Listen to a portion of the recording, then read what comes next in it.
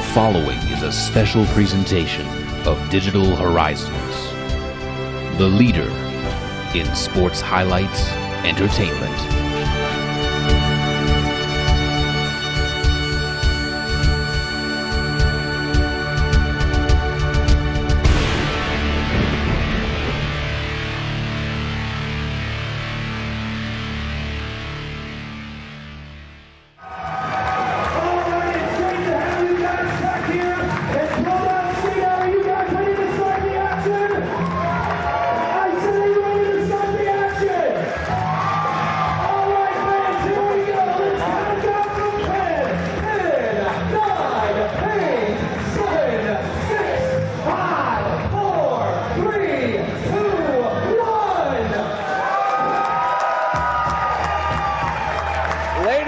This is IWC's Throwdown Staydown. Sterling James Keenan's last stop on the way to Super Indy 6 and a hopeful championship opportunity. This is our opening contest on Throwdown Staydown.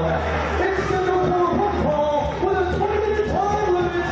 And if fabulous McChesney wins, he will have a spot in Super Indy 6. At ringside,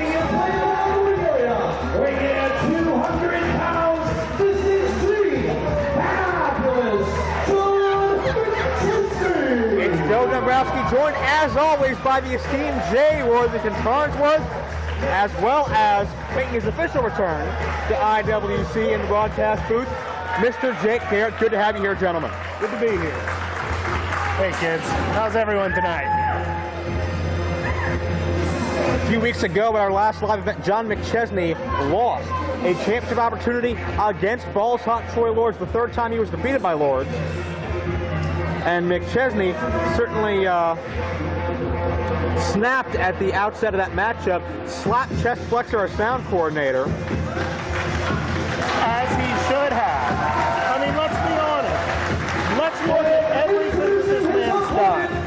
He roams the streets at night while you sleep, squeezing at 198 pounds. This is the plumber, Michael Facade. Everything that Fab has done here in IWC, all of the wins, all of the struggles, all of the fighting, and some kid decides to play a joke on him in the center of the ring during a very emotional time for him. He was absolutely right in slapping him. Well, certainly we've seen a new attitude put forth by John McChesney, but I don't know, Jake Garrett, you being a locker room leader for many years, was that called for to slap a non-wrestler just for a practical joke? Normally, I would say no. I think McChesney was actually completely in the wrong for doing that, because this DJ isn't going to be getting in the ring. There's not going to be any other interaction. He's taking a cheap shot at a guy who's just doing his job. Well, the bell sounds and we're underway. Fabulous John McChesney must defeat Michael the Bomber Facade in order to re-qualify for Super Indy 6 May 11th at the Palisades in McKeesport. McChesney was originally given a spot in that tournament, but it was taken away from him due to that unprofessional conduct. And I know, Farnsworth, you have quite the gripe with Norm Connor spilling his weight around that one. Well, once again, Jake said he was doing his job. Show me on that playlist where it said play Everybody Hurts. That wasn't his job. That was him taking a liberty on the man in the ring, and the man in the ring responded in kind. I'm sure if you look at the playlist, it was on. I would say it's not, friend. Technical wrestling exchange at the beginning of this matchup. Referee CJ Sensation requests a break as John McChesney gets to the ropes, but it seems that Troy Lords in this whole Super Indy title situation has gotten under McChesney's skin more than anyone or anything else to date in his 4-year IWC career, and that includes a lot of things, including low-key. McChesney's frustration continues to mount, and it's almost a newfound mean streak, but it remains to be seen whether or not he will channel that for positive progress in the ring. Also in the ring, we ought to point out this young up-and-comer, Michael Facade, just got through the back of his head stomped in. Rookie mistake. Certainly true, but Facade has come leaps and bounds in the past 6 months or so here in his IWC career. He's impressed a lot of people both in the crowd and behind the scenes, and he's slowly making a name for himself. He may not win every match, but he certainly puts his heart and soul in that ring every time.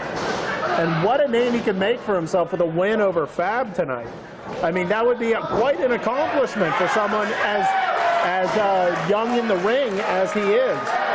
A win over a three-time Super Indy champion who's also apparently a member of the Crips. The only man to ever catch that championship 3 times. But what's it going to do to McChesney if he doesn't win here? Will this send the Fabulous One over the edge? You know, I got to be honest. You look at Fab right now, he sort of has a little glint in his eye there. He doesn't exactly look happy. I'm not going to guess what his reaction is going to be if Facade does pull off a win, but I can't imagine it'd be a positive reaction. He's not going to shucks, you know. That's very true. And Super Indy 6 comes your way May 11th. Certainly the most watched DVD of the IWC calendar year. So many names already confirmed. Azrael, the big standout from the New York, New Jersey, Philadelphia area. Sweet and Sour Larry Sweeney has qualified. Brother Runt of Team 3D is qualified. Shiima, Xion, Hentai. Certainly 8 spots will be filled when it's all said and done. McChesney could be one of those individuals. And as you see, Facade is meeting McChesney chop for chop, and McChesney has chopped with the best of them. Quick roll up here, count of 2. That's all he's going to get first near fall of the match. I think McChesney's a little ahead of himself. He stops, turns his back on his opponent. You should never do that. That's why Facade was able to take over, and that's why he's almost walking to the locker room. He's catching his breath. He's taking a breather. The mind game he was trying to play didn't work. I mean, let's be honest. Fab's been in the ring long enough to know you don't turn your back on an opponent. He was trying to get in the head of He's doing it again right here. McChesney takes his eye off the ball and gets hung up on that tightly enforced top ring cable. Whiplash-like effect, and McChesney gets sent down to these hard, very thinly protected concrete basketball type floor, and it's over the top with a helo. Facade puts it all on the line against John McChesney. High-risk situation. This may be the biggest match of this kid's career, and he certainly knows it. The opportunity in Super Indy 6, especially as young in this sport as Facade is, you have to go all out like that. You have to let it all hang out. Take a chance at splitting your skull on the floor to be able to beat your opponent. Because really, even let's say Facade gets the spot in a Super Indy 6.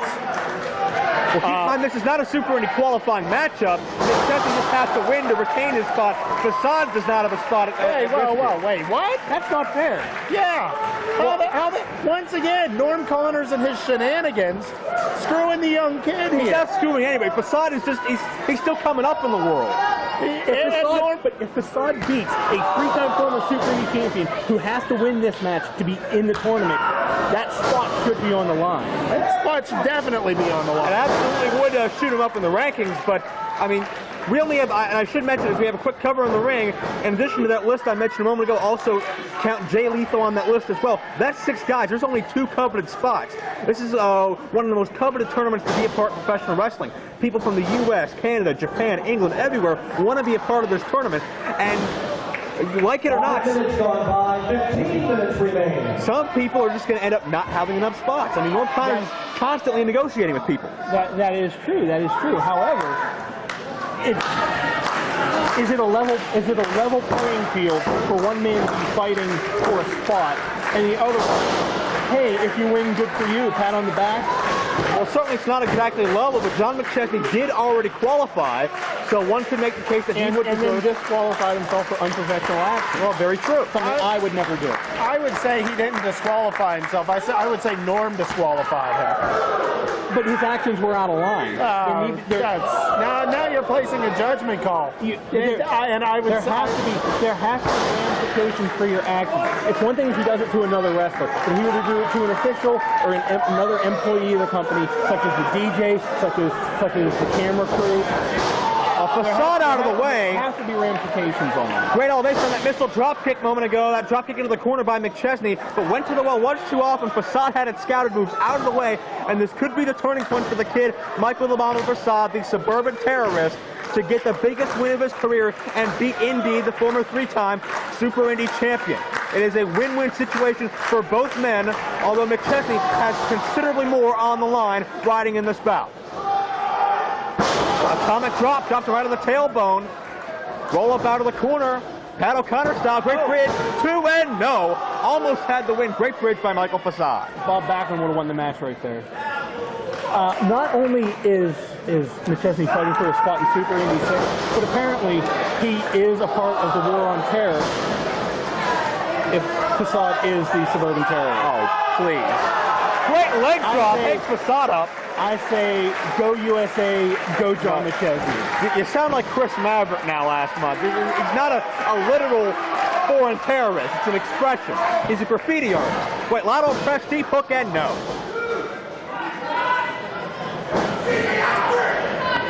McChesney, and you can notice that scowl on his face. McChesney's starting to get a little bit frustrated here that he has not been able to put away the young Facade yet. Might be going for that electric chair driver. We've seen him use it for the past several months. Drives him down with it. McChesney cover 2 and pulls him up. Oh, big mistake. Big mistake. If you have a man beat, you keep him down, you get the 3, you get the winner's purse, you go on to Super Indy 6.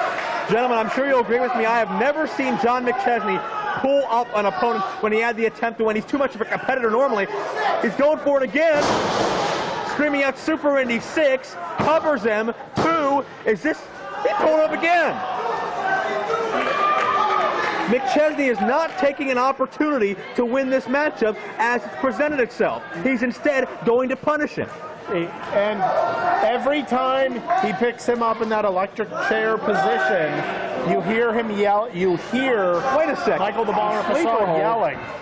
This is out of McChesney's normal realm, out of his playbook. McChesney, he just wants to choke the kid out rather than pin him. This is a little reminiscent of McChesney's first match with Low-Key, where Low-Key didn't pin McChesney, instead tried to beat him with the Dragon Sleeper and refused to let go. McChesney has that vicious streak that Low-Key has had in the past, but I don't think it's wise. There's a point in a time. If you can beat a man, you beat him. But is this it? Wait a second. He held Facade's hand up. He's making a big mistake. He could have beat him 3 times now. And he's going for it again. Back to the sleeper. He is relentless. Facade is just about out. Facade is reaching for the corner here. He has the ropes. Wait a second. Making him break. Wait! Facade bridges back. McChesney's shoulders are down. And Facade just beats down McChesney. Michael Facade. Facade couldn't go to Super Indy. The presence of mind, to kick back and make a pin on a veteran like McChesney. John McChesney just fell for the same thing he capitalized on in 2005 at Super Indy 4. Someone needs to stop this. Low-Key would not let go of McChesney. McChesney capitalized on Low-Key's one and only error in that entire tournament. And Facade, clearly watching his tapes and scouting, did the exact same thing McChesney did. McChesney has become what he once despised. And he has Facade up again. He drives him down again. A 3rd electric shock. A 3rd driver neck first. McChesney, again, is irate, but he has no one to blame this time but himself. Gory and Keenan out to run him off. Babyface fire out here to get McChesney out of the ring, but McChesney had that lapse in concentration, and as a result, Michael Facade got the pinfall victory. What a shocking upset to kick us off here at Super Indy 6. And gentlemen, Super Indy 6. This is Staydown. That's correct. I'm thinking of Super Indy 6 because McChesney has still not qualified for the tournament. And can't, because this is the last show before Super Indy 6. And I would watch the level of your voice. And you just walked past here, and judging upon his temperament right now, I don't know that I'd want to say anything negative about him. Very, very true, Mr. Farnsworth, but be that as it may. I was talking to Fabulous before the show, and he said, really, there's nothing he would like more than to punch Joe Dombrowski in the mouth. That's enough of that. McChesney out of the Super 86 Facade. Biggest win of his career here tonight at Throwdown Staydown.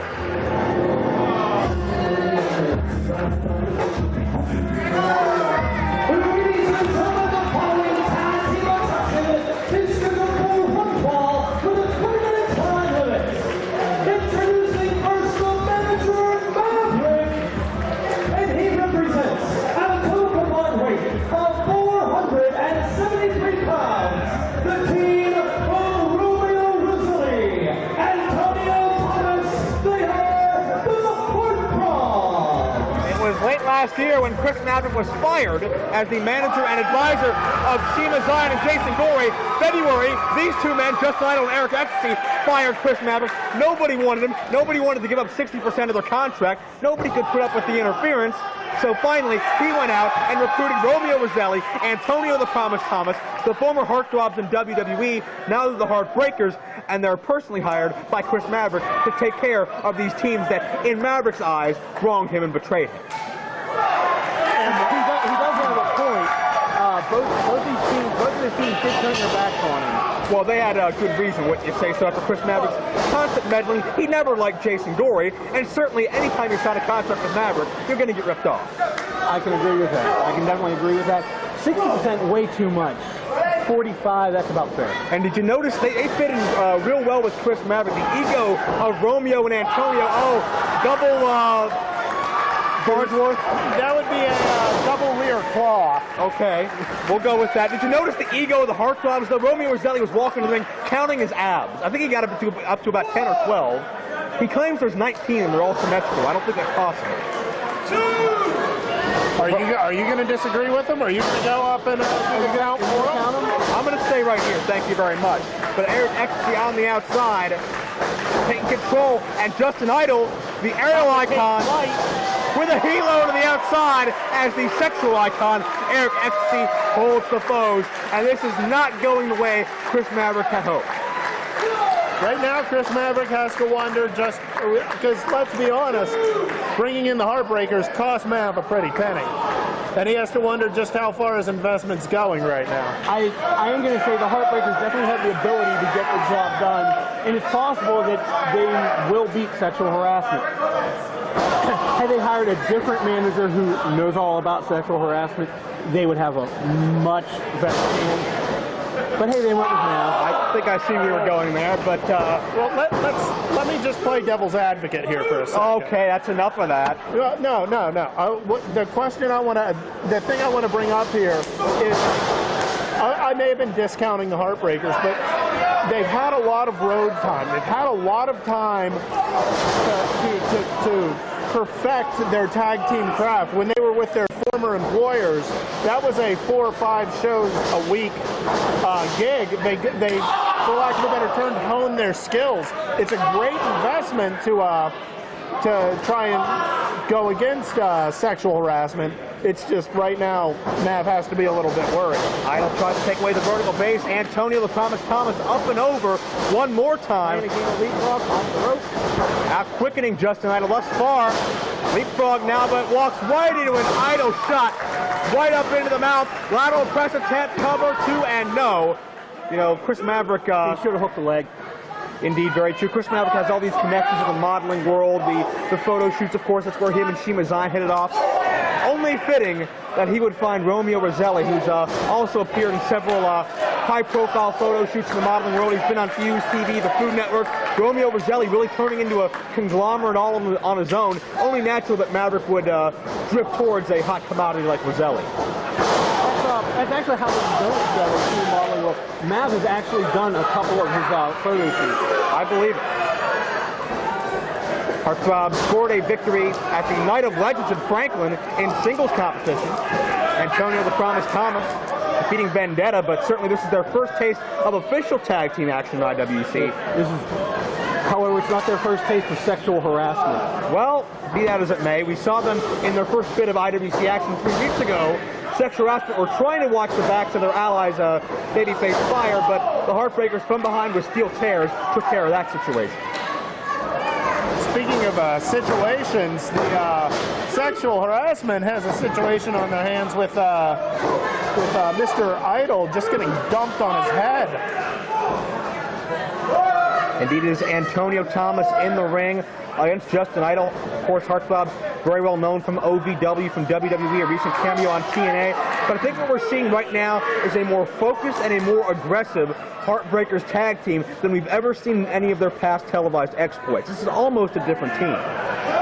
It's a vicious team. It's amazing what money will make you do, Joe. Well, very, very true. I mean, good Lord, it gets me right here next to you every week. Yeah, and we're all thankful for that. As check out the torque on Justin Idol's lower back, bending across the knee of Antonio Thomas, and Roselli comes in to add a little extra oomph to it. Lateral press, cover, hook, and no. CJ Sensation, the assigned official, only gets to 2.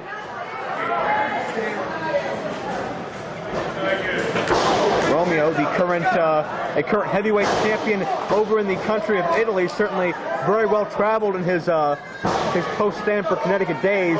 Now dazing Justin Idol with a series of jabs. White is blocked. Idol fights back. But how much fight does Justin Idol have left in him? Goes for the tag. Smart move. Cut off. Pulled back. No tag happening now. Now Antonio Thomas is in the ring. Buries the boot right between the shoulder blades. And a smart move by the Heartbreakers, making sure that Justin Idol can maintain eye contact with Eric Ecstasy. Let his partner see just how much trouble he's in and just how much they're going to keep beating on him. A dancing elbow drop by Antonio Thomas. Gets a cover. Another near fall on Justin Idol. And certainly Chris Maverick's got to be loving this now at ringside. Certainly he's going to use this to prove his cause in his own mind that sexual harassment needs Chris Maverick to succeed. Well, in my experience, sexual harassment has generally been failures and do need someone to guide them. I think that's a bit of a... Just my experience. Bit of a biased opinion considering sexual harassment. A couple of your running buddies beat the hell out of each other for about a year and a half in this company in days gone by, but you got to give sexual harassment credit for staying power. I wouldn't say beat the hell out of each other. It's very one-sided. Beg your pardon. Sunset flip by Idol. I don't believe he was aware of the blind tag from Thomas to Roselli, and certainly Romeo. Name blind tag. Very literal of him. Romeo Roselli getting a little verklempt in the ring that he has not been able to put away Idol, and now cinching in the chin lock. And certainly it's been a very smart offense here to isolate Justin Idol. As Eric Ecstasy, we've seen him explode with so many more moves in his repertoire than he had in his first hit in IWC. So much better condition, so much better focus. Eric Ecstasy, short of Ray Rowe, may be the most dangerous powerhouse in this company. I don't ever want to hear you bring up Eric Ecstasy's explosions ever again. Let's just stick to the match there, well, Kirby. I know how insecure you are. I'm sorry.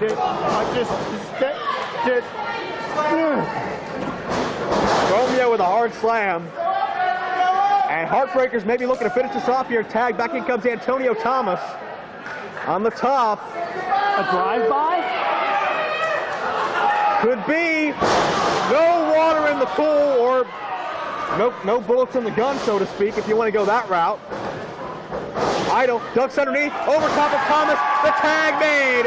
The sexual icon Eric Ecstasy ready to unload. Jabs to Antonio Thomas, flip, flop, and fly. Ecstasy with the bionic elbow to both Heartbreakers. He should actually be trying to do like an enziguri because he does have metal plates in the foot. That would be more bionic than his elbow. You know why he has metal plates in his foot? Why is that, Jake? Because I know guys who broke his leg. Well, yeah, I remember that too. Romeo landing awkwardly on that knee a moment ago. Got to keep that in mind as this matchup progresses. But Farnsworth, you may want to look away. I warned you. Oh, that was foul. Oh, if this were Mexico, the match would be over. Oh, well, an unintentional low blow, or let's just run with that. It was intentional. He ran his head into his nether region. Lower abdomen. All four men now precariously perched on top. Idol Ecstasy maybe going for double superplex. Can they snap it off? Heartthrobs with a death grip on that top rope. Can you blame them? No. Look out here. Sunset flip bomb, double pin, double three, no. Seth Harassment kicks out. Give him credit. They do have heart. I will say that for them. They've always been willing to stay in the fight no matter what it took. And the Heartbreakers absolutely cannot believe that sexual harassment kicked out. I think they've been listening to Chris Maverick spew his venom too long about what sexual harassment truly is or isn't capable of. sunset flip by Eric Ecstasy. Can't get all the weight position properly. Thomas fights out of it. Idol takes care of Romeo Roselli as well, and CJ Sensation has completely lost control. Go figure. CJ can barely do this job. Oh, stop it. Hard kick to Thomas. Idol follows through. Drops in hard flatliner variation. But Chris Maverick, saving his team's hide, much like he's done so many times before for a variety of teams, and Justin Idol, who has never liked Maverick and never liked the entire dynamic of the Ecstasy Maverick combination, is chasing this guy out of town. He is chasing him out of here like a Duke player chasing out a nappy. Oh, no. Please, no, wait, roll up in the ring, cover, 2, Heartbreakers win it amidst your damn near promotion-ending tirade.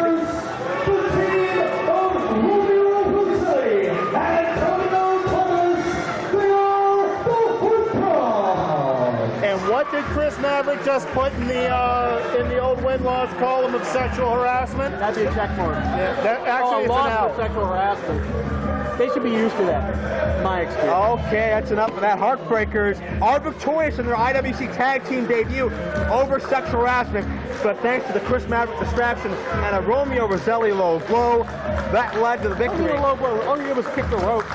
Where did he kick it into? It went into Eric Ecstasy's lower abdomen, I believe was the term you used. Well, be that as it may, Chris Maverick still factoring in to another tag team loss for sexual harassment. This time he's on the other side of the equation. This issue's not done between harassment and Heartbreak. That's what a good manager does, though. He finds ways for his team to win. Wait a second. Wait, whoa.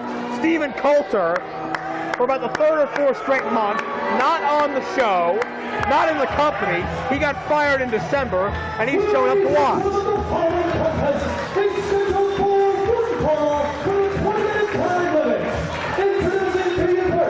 The man who is 10 times higher than the Rutgers syndrome, weighing at 224 pounds, here is Eddie Kingston. There's an entire untold story here involving Sebastian Dark, Stephen Coulter, their plans to avenge what happened to them thanks to the IWC management firing them that we don't know about right now. And anytime Coulter's in the building, I don't trust him. I don't like him. You can't take your eye off him because you never know what he's going to do. This guy's not to be trusted. Are you trying to say he's a snake?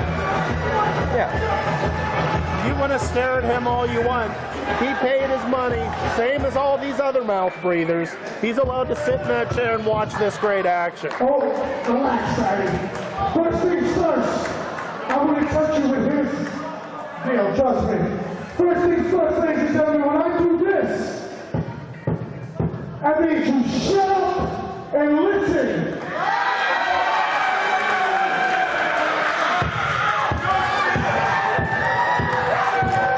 What can I say?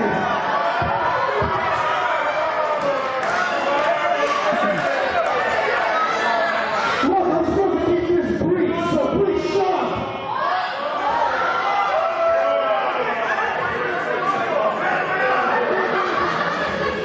I'm not going to say nothing to you, baby. Real simple. Real simple. My boy Hentai called me up and said he's having a little bit of problems. So he asked me to come in and take care of his little problem. So, partner, come on out. We're going to have a little bit of fun.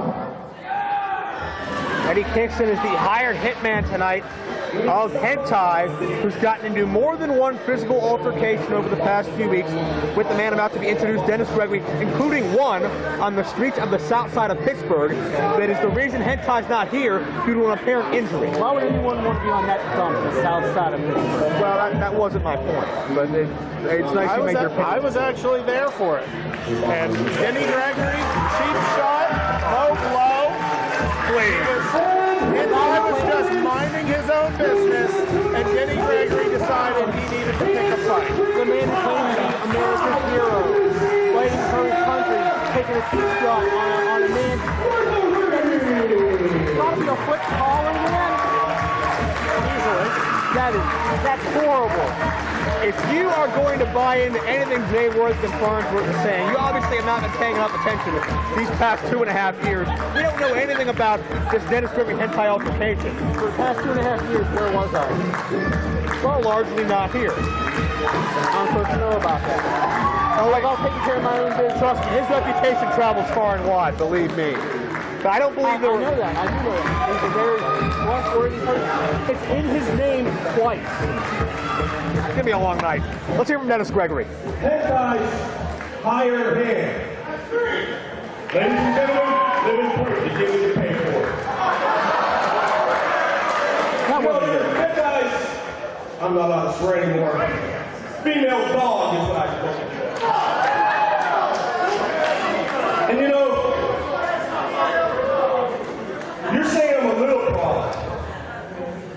Don't underestimate me, pal. Okay? You don't know me, but don't underestimate me.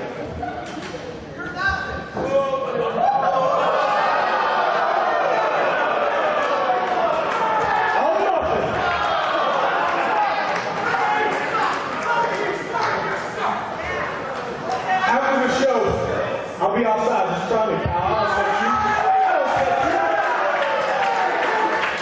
You know, I'd come over and punch you in the face if I thought you'd give me a fair fight. Anyways, the rest of you I still like.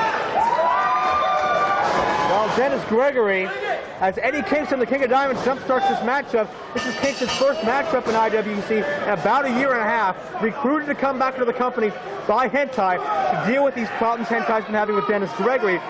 But I'm not entirely sure what the relationship is between Hentai and Gregory here, as Hentai assisted, he inadvertently I'd imagine, but assisted Sterling James Keenan in defeating Dennis Gregory. They had a match the next night, and now we have this fight. I don't know if this is left over from the Unholy Alliance Coalition of the Willing rivalry, if there's something else at hand here, if it has to do with Gregory taking Sebastian Dark, Hentai's ex-partner, out of the building. We don't know these answers, but there's a lot of bad blood between these two men that has escalated, especially in recent weeks.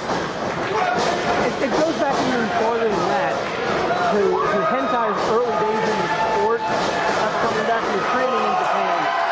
Dennis Gregory was the man in this area at the time. Everyone wanted to either be him or be against him so they could prove their mettle. Gregory has somehow always managed to keep himself near the top. So it's a rivalry that dates back years and years. It's just gotten more intense in the past couple. Check out the explosion of Dennis Gregory of offense on Eddie Kingston in these opening few moments of this contest. And Kingston, he's a rough guy. Former wild card, former major tag teamer in IWC. He's as tough as they come, but he's begging off to Dennis Gregory right now.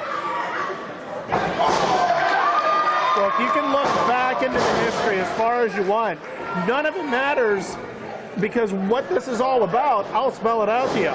A nice fat stack of cash passed from Hentai to Eddie Kingston there. And Eddie Kingston's doing what he does best, which is just kicking the crap out of him and out of whoever's in front of him and just being a thug. Couple of knees there, well placed by Eddie Kingston. As Hentai, as we mentioned, had to cancel out of tonight's show, citing an unspecific injury. We're not exactly sure what happened. But you were there for the fight. Oh, please, he was not there for the fight. It could have been the multiple punches to the eye. At one point, he was standing on his throat. I mean, I'm pretty sure he had like 6 or 8 guys there with him with bats, and there might have been a brick. I didn't necessarily see a brick, but I thought I heard one. I thought I heard a brick. Not that I doubt the trouble goes wherever you do, but I somehow doubt the validity of some of these comments. The great suplex by Eddie Kingston, the King of Diamonds, count of 2 and a kick out. Kingston been traveling all over the country over the past year and a half. He's been very, very busy making a name for himself. And certainly when Hentai wanted the job done, he knew right who to go to. You got to wonder Hentai's health as we head into Super Indy 6 May 11th. Hentai is one of the 6 confirmed entrants thus far. And maybe a smart man for not taking a match tonight, resting up, and being 100% for Super Indy tournament. Maybe he could be the first man to win it twice. Very well could be. A very smart move by Hentai to wait out tonight. Hentai has the motivation. He wants to see his former student, his former protege Troy Lords have to humble himself and surrender that Super Indy title back over to Hentai to again reprove Hentai's superiority that he lost when Lords defeated him in that last man standing match. As Kingston now continues to unload on Dennis Gregory with these hard forearm shots. Pinning combination here. Not going to beat Dennis Gregory that early, however. You know who's not going to be healthy for Super Indy? Those 8, 10, 12 guys that Denny Gregory had with him. You should have seen him. Oh, he did not have anybody with him. Dennis Gregory is a stand-up kind of guy. He's not gonna jump people. He doesn't play the numbers game like Hentai has. He's barely standing right now. What the hell are you talking about, Joe? Do you blame him? Would you be standing after 3-4 minutes in there with Eddie Kingston? Not many people would. I would have been smart and just not shown up. Exactly. That's your way. Just run away from the problem, right? Run away from the guy that wants to beat me up? Yeah, if I'm faster than him, what would you do? Scrap with him? Go ahead, I wouldn't get myself into the messes you get yourself in. Yeah, well, apparently Denny would. Well, Kingston is now continues to be in control of this match, belly to belly. Another cover, and Dennis Gregory certainly had a lot taken out of him so far in this matchup. But Kingston's got to stay focused here. Can't start jaw-jacking with CJ Sensation. Kingston needs to be careful. See, maybe if Denny maybe pulls out a sword and stabs him in the eye. He is not going to. known to do that before. Inside cradle, 2 and a kick out in a no disqualification war game match. It's a standard matchup. Oh, I'm sorry. A chair I would accept. Let me make A this baseball point. bat, a barbed wire baseball bat, I would accept. Let me make this A point. title belt, I would accept. Swords and guns, are those legal too? Okay. You just shoot your opponent in a no disqualification match. Ooh, I You guys are upset that Dennis Gregory used a sword on Shirley Doe. Need I remind you? I have no love for Lenore. Well, that's very true, but that is the extent of your claim.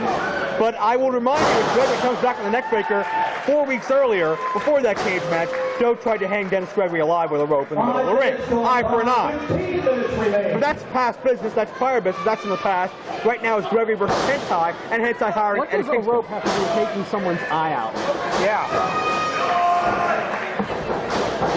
Certainly, An eye for an eye, my eye. Thank you, Mr. Literal. Both situations were over the line, but okay, both sides were at fault. Right now, Dennis Gregory splashed in the corner to Eddie Kingston as Gregory starts to map some momentum here. Gregory wants to get back on track to the IWC title. Narrowly defeated by Sterling James Keenan, as we mentioned, thanks to some outside involvement by Hentai. So certainly Gregory's still got to be in that top 5 contender range. But got to get a few major key victories here in the coming months to get back up to the top. Gregory wants to be the first ever 4-time IWC champion. And everyone right now because he's in there apparently trying to shake off a hangnail, I think it is. No, it's not a hangnail. Eddie Kingston does a lot more damage than a hangnail, I'll guarantee you that. Gregory gonna fly here. The veteran gets caught, and Kingston another hard suplex takes him down one more time. Another deep hook of that leg. Great form. But Kingston I've still actually used that exact suplex to put guys away before. It's a very, very hard move. It shocks your body. You don't want to move after taking it. Kingston staying on his man here.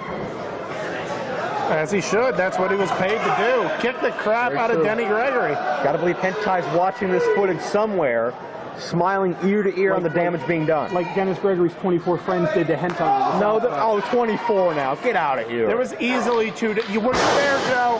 Were you there? I doubt you were there. I was there. I happen to have a residence on the south side. One of many. Well, Jake Garrett was making fun of your residence earlier then. Take care of that off camera. We got a match to call. Yeah, so stay on track. Now, once again, Denny Gregory, horrible human being. He is not.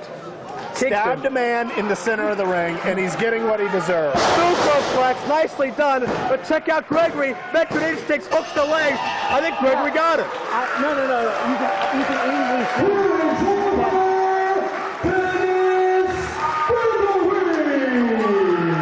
You were saying? Well, that's the kind of call you get from a referee like CJ Sensation. There's nothing wrong with. I'm sorry. Who decided to dive out of the ring to help his buddy Denny Gregory and become a wrestler again? Don't you have a good example that's not 8 months old? I'm begging you. I say you're using things that happened a year and a half ago at the beginning of the match. 8 months is a lot more recent than I'm talking about any Kingston's history in the company. Excuse me. Let's hear from Dennis Gregory again. Much better than the colleagues I'm stuck with. He goes, reproduce himself. Stern words from Dennis Gregory is clearly the issue between Gregory and Hentai still very much alive despite Hentai's absence. Eddie Kingston did not get the job done for Hentai tonight.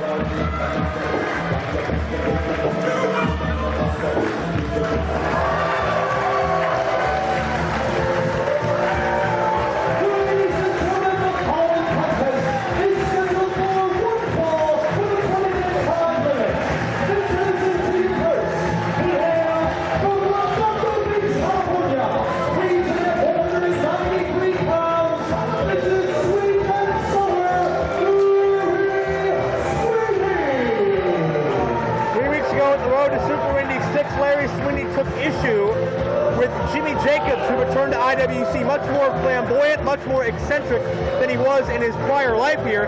Sweeney felt a little threatened that he wasn't the most glamorous on the IWC roster anymore and issued a challenge to the former Sentiment Cross. I gotta cut it off because I've got a very important question for Elizabeth, Pennsylvania. Is Larry Sweeney looking good tonight or what? Is he, Joe? You tell me, Farnsworth. You know, we're all a part of something very special here last month in this very building because a transformation took place before our very eyes.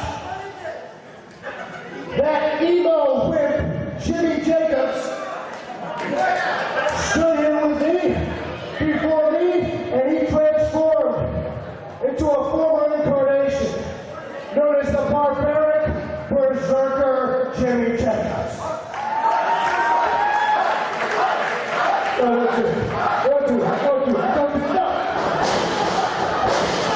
Trademark huss of Jimmy Jacobs for many years from our crowd here tonight in Elizabeth. trademark the Please stop saying huss. Lord the Barbarian. Have you heard of these gentlemen?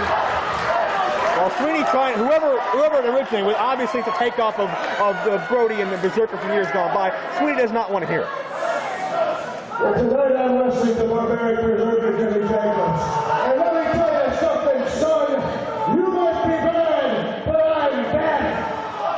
You might be mean, but I'm meaner. You might have hair on your boots, but I've got the best head of hair ever seen in professional wrestling. And tonight, you've got 2 tickets to Larry Ice, and you ain't never coming back. Where is Larry Dice? It's one of the Florida Keys. And there you hear the familiar music.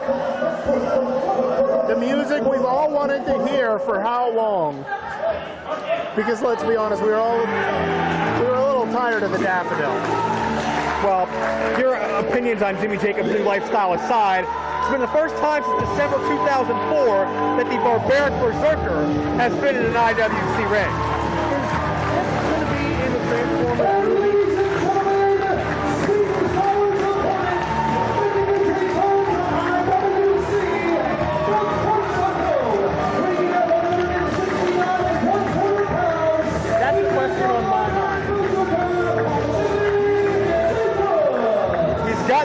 Boots, he's got the wild walk, he's got the arm extended with the huss, and I'm sure somewhere on his person he's got a metal spike hidden given to him by Kevin Sullivan. He is the Barbaric Berserker Jimmy Jacobs, trying as he may to get into the ring the hard way. Kevin Sullivan gave him that spike. So I hear. Is it a golden spike? Well, I've never gotten close enough to him when he was holding it to find out. Maybe we'll have to arrange that for later. Maybe not. I'll keep my distance, thank you. And Larry Sweeney keeping his distance as well. Doesn't even want to be in the same ring with the Barbaric Berserker, as Jimmy Jacobs has gone to a very dark place in his mind that he thought was in his past for good. And You know, I gotta say, sweet and sour, looking a little more sour than sweet this evening. He's got to worry just what did he bite off when he opened up that dark box in young Lavender's mind there. Well, certainly a very emo Jimmy Jacobs wouldn't be that bad right now in Larry Sweeney's mind, as he's got to deal with a guy who, he may not have the size of John Nord, he may not have the size of Bruiser Brody, but certainly he's just as crazy and just as intense, and he can be just as violent. I'll tell you what Jimmy Jacobs just bit off getting into this match. 12 large, brother. And you see Jacobs channeling the spirits of the Berserker, Bruiser Brody, and Larry Sweeney. He's got no counter for this. No, not Bruiser Brody. John Nord, the Barbarian John Nord. He's also the Berserker in WWF. Barbaric Berserker, that's where it comes from, it's John Nord. But when... Story time. Here's how it all ties in. When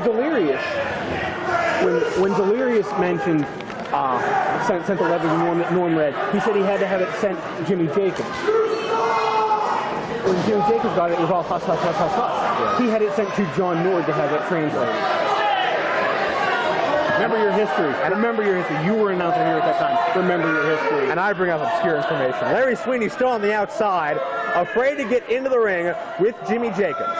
And Jimmy Jacobs, you notice on his left knee, wearing a brace, had that knee severely injured at a Ring of Honor show recently, but in true Berserker fashion, he's going to tough it out through the remainder of his scheduled commitments before entering for knee surgery. He'll be out about at least a half a year, so certainly a lot of severity behind that damage in that knee. An obvious target for Sweeney if he has an opportunity to exploit it. I'd knee him in it right now. Yeah, just what I would do. Sweeney certainly going to try to get Jacobs in a compromising position first, as Jacobs not going to let that happen. Great roll through, and Sweeney again, no part of Jimmy Jacobs. So unpredictable and so tough to scout and prepare for is Jimmy Jacobs, especially in this incarnation. If I'm Larry Sweeney, what I would do, I'd take a $20 bill, I'd walk over to the DJ, I'd pay him to start playing The Cure's Disintegration, I'd wait for the little daffodil to start crying, and then kick the crap out of him. Oh, please. Collar elbow tie-up. Jacobs sends Sweeney back into the corner. We're going to get a clean break.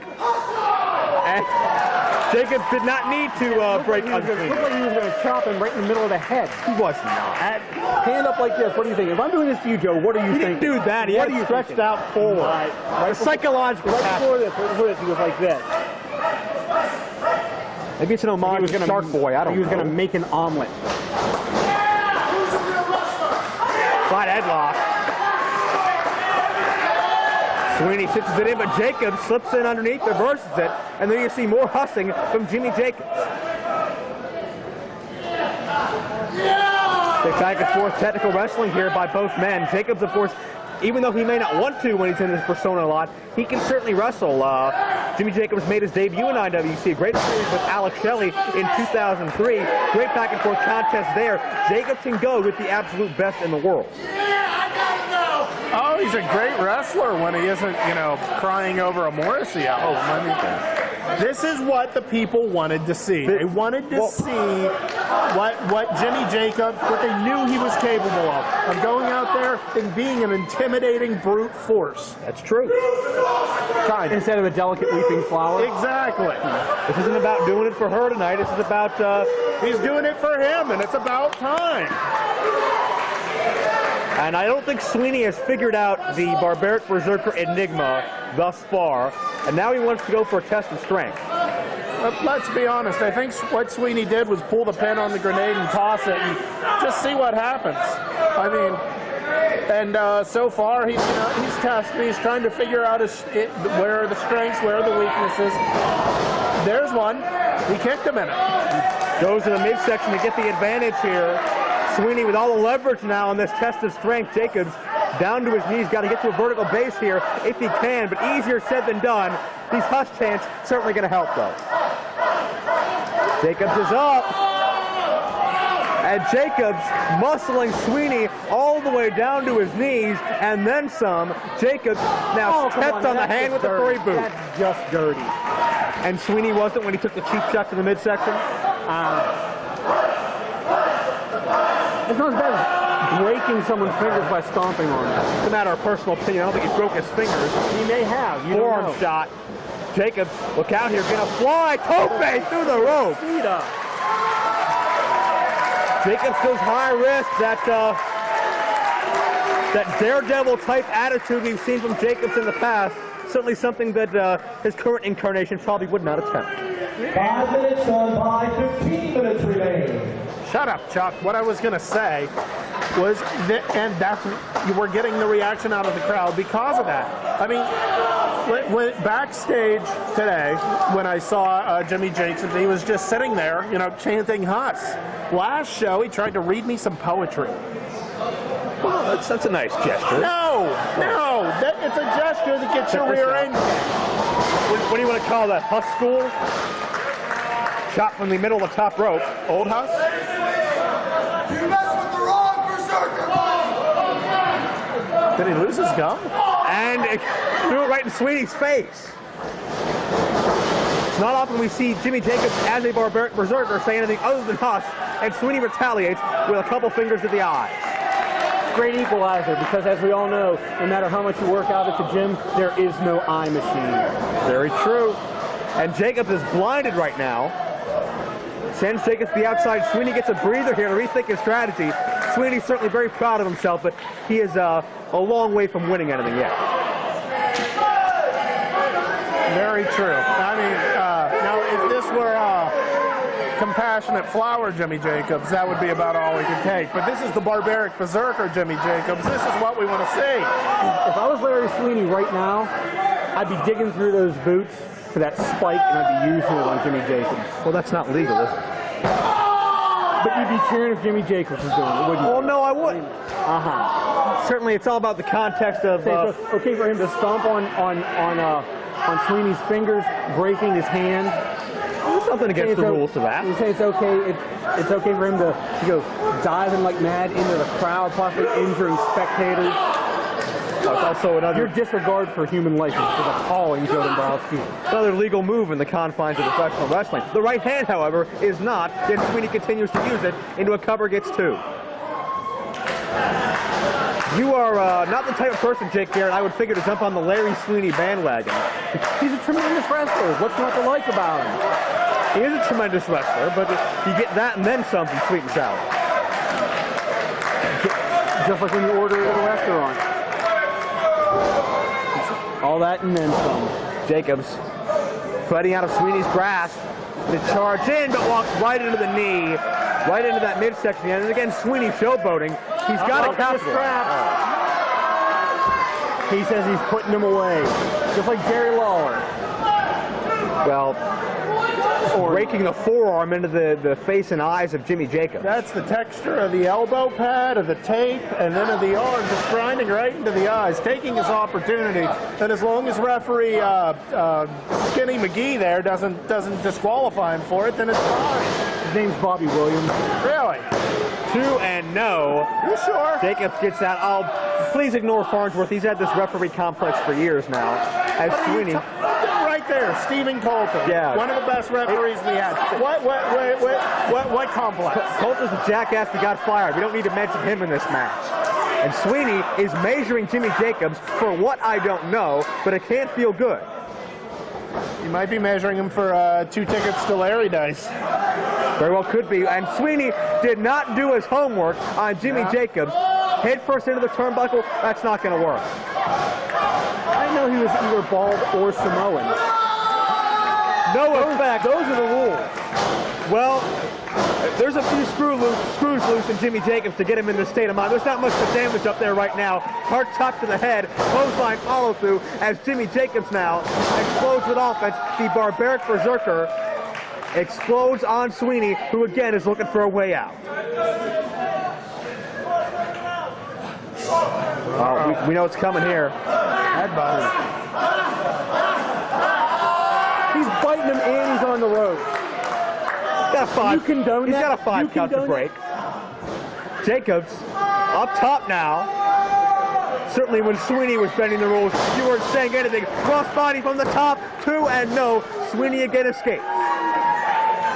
Right. But when Sweeney was maneuvering around the rules using the punch, he'd hit him. That was it. It was over. That was one punch. It was over.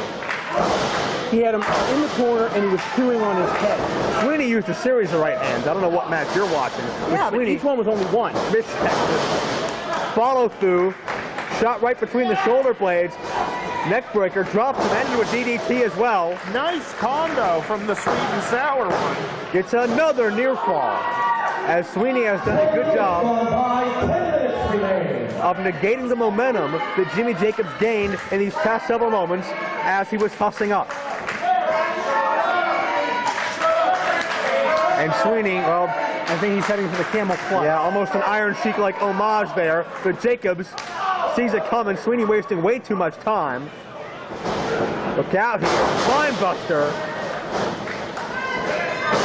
Follow through, plants the elbow, beautifully done. And Sweeney gonna go high risk.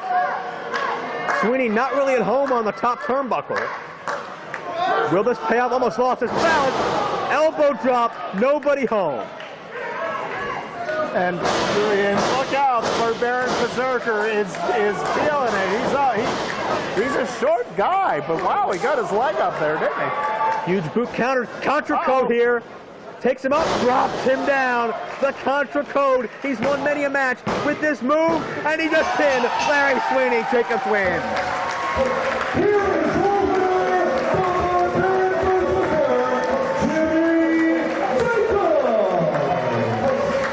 Big win for Barbaric Berserker in his return to IWC in this incarnation. The first time in about 2.5 years. Finally, someone can silence Sweet and Sour Larry Sweeney, and of all people, it's the Barbaric Berserker, gentlemen. Oh, I'm pretty sure we'll hear from Sweet and Sour again. Unfortunately, we will. Jake Aaron, any thoughts on this contest? He's a tremendous wrestler. I am shocked. I think there's no way in the world Jimmy Jacobs, who has to be, in a sense, off his game as the Barbaric Berserker, as he's been, you know, all delicate and weepy the past year. Well, let's hear from Jimmy Jacobs, however. Looks like he has something to say in regards to this match with Larry Sweeney. It's going to be nothing but a series of 4-letter words. I'm not going to describe the mic after the match, but some of you may know, some of you may not. Well, right now, I'm doing it for surgery on Friday. I tore my ACL, my meniscus in my left knee, and I'm not asking anybody to feel sorry for me, nothing like that, but I've been coming out to business for a few years now. You guys have always been a great time.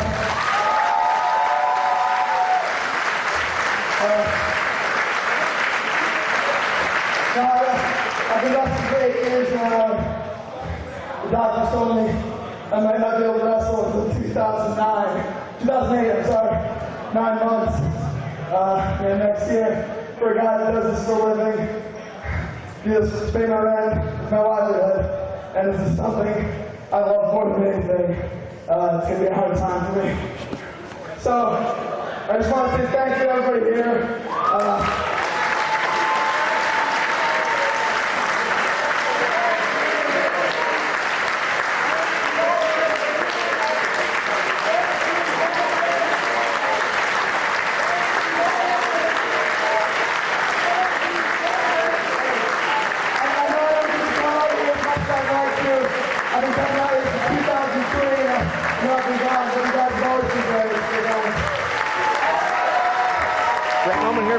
Jacobs as he enters a long and extensive rehabilitation process for his knee injury. Certainly wish Jimmy Jacobs the best of luck and hope we'll see him back here 100% in the IWC sooner rather than later. Great showing for Jimmy Jacobs here and his last match in IWC, at least for the foreseeable future. Hopefully. Ladies and gentlemen, the following attraction is our special 8-man tag team elimination match. Introducing first, Team Romeo, and it's hold on, Chuck Roberts. You need to introduce the Gambino brothers. The Gambino brothers can introduce themselves. Thank you very much. introduce themselves. You see, kids are getting threatened, how to get threatened from some of these fans out here, but what these people don't realize, and what's really pathetic, is that the most athletic person in this crowd is sitting in a wheelchair. All right, that's uncalled for. There he is. There's the tall leader, David Koresh, right over here. Yeah, keep running your mouth. Jimmy D has the honor of introducing the Gambino brothers. Not a piece of crap like you, Chuck Roberts. Certainly the tag title. Chuck, you've got magical luscious lips, but tonight, you know, she's going to be delicious. All right. That was a little bit creepy. Could you please shut up so I can do this properly? I do not like Jimmy DeMarco with a microphone in his hand, but let's listen to him. I'll go myself because I'm a nice guy. I weigh 300 pounds of pure muscle, 5'11", delicious Jimmy DeMarco. Next we have nice guy Mr. Gambino, one half of the world tag team champion, pulsing hot pints, making these pecs bounce, he can do it. Then we've got Marshall the Bull Gambino, who's partial to coat hangers, and we're using on everybody in the mothers, including this guy right here. And last but not least, we have my best ball buddy. Shut up! Did you have a nickname? I gave you one. Voluptuous Vendetta. Oh. And DeeeeLicious to be the mark of the Hollywood Bowl.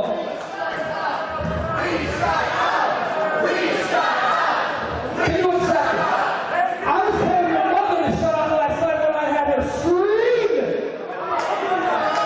Oh, yeah. Oh, yeah, enough of this. Chuck, I'll give it back to you. You got one? I want some popcorn, both.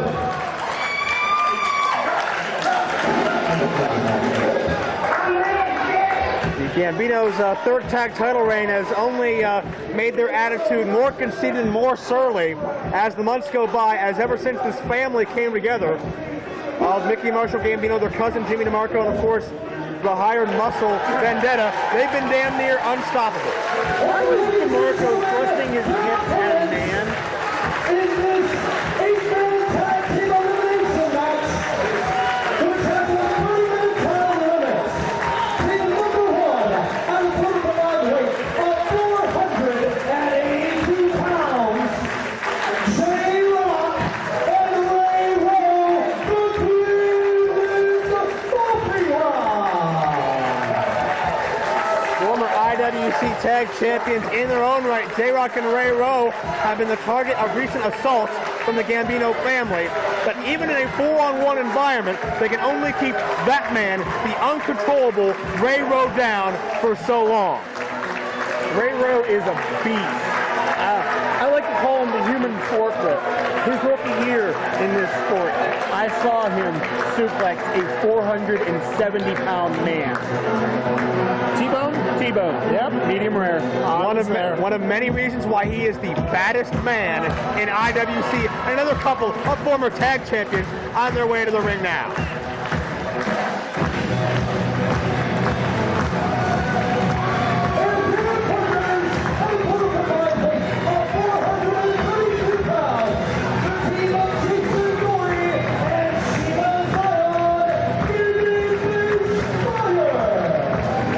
At the road to Super Indy 6, the Gambinos politicked Norm Connors into being granted a tag team title opportunity, took advantage of the fact Jason Gory and Shiima Xion had already wrestled earlier in the night.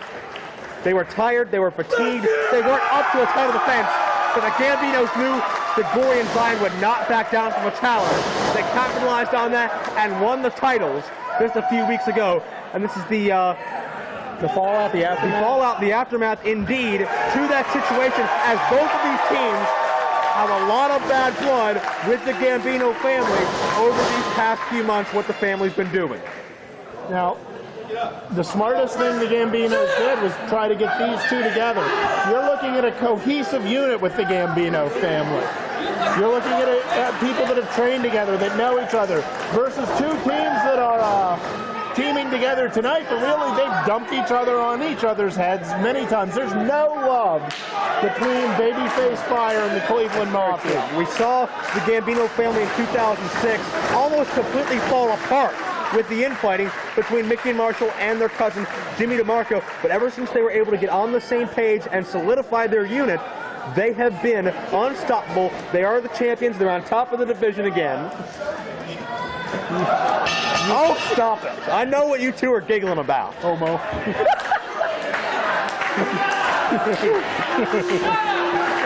This is elimination rules. We should mention that it will be single elimination, Survivor Series style, if you will, as nice guy Mickey Gambino, one half of the tag champions, starts off with one half of the former champions, the Virgin Slayer, the future of fashion, Shiima Xion. And they are taking their time with each other, doing a little Tentative. tentative. It's a feeling out process. Yeah. They want to see just what the best route to take is. A little bit of a new look for the Gambino brothers here. Mickey and Marshall dressing up for the occasion. Certainly, I would call it late to the show.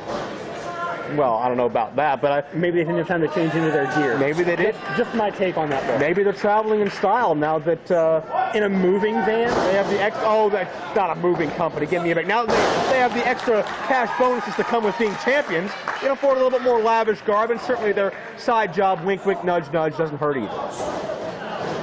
We don't talk about that. Well, we got. What are you trying to infer? There's a lot of rolled up carpet in the back of their van.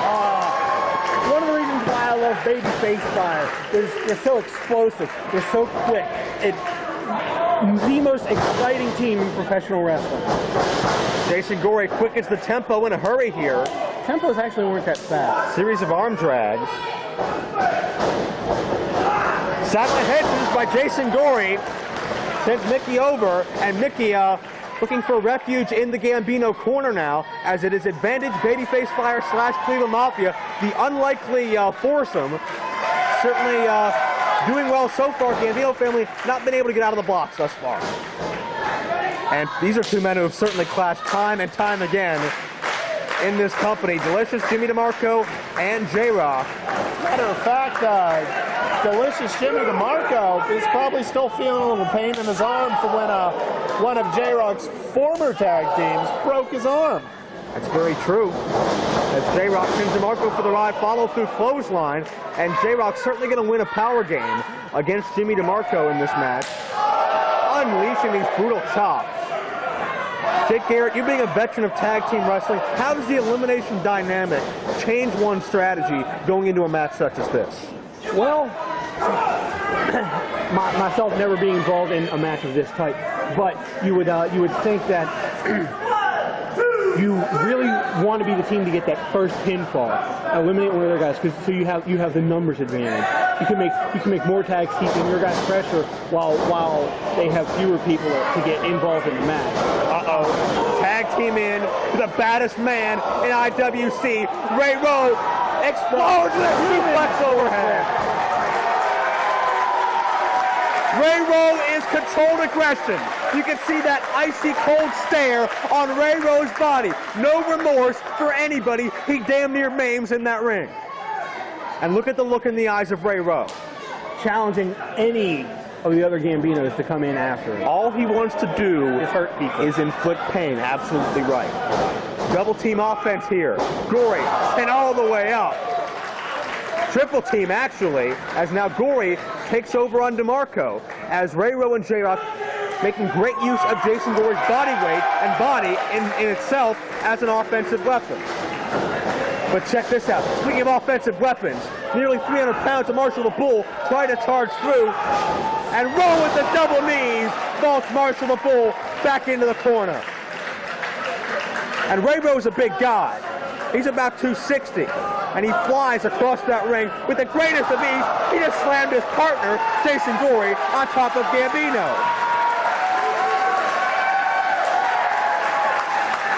Have you ever seen a man throw individuals around with the greatest of ease like Rowe? No, I have. Well, with the exception of one Brock Lesnar, I'd have to say no. But I mean, that's the only comparison I can make. That's good company to be in there with.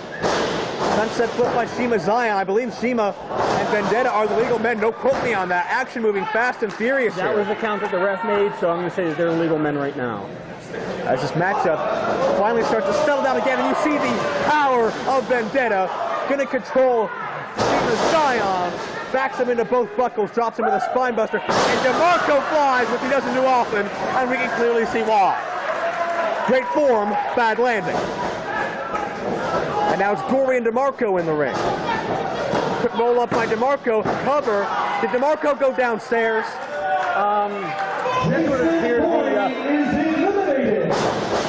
Gory had him in a waist lock, and DeMarco kind of shot the leg back up through. Yeah.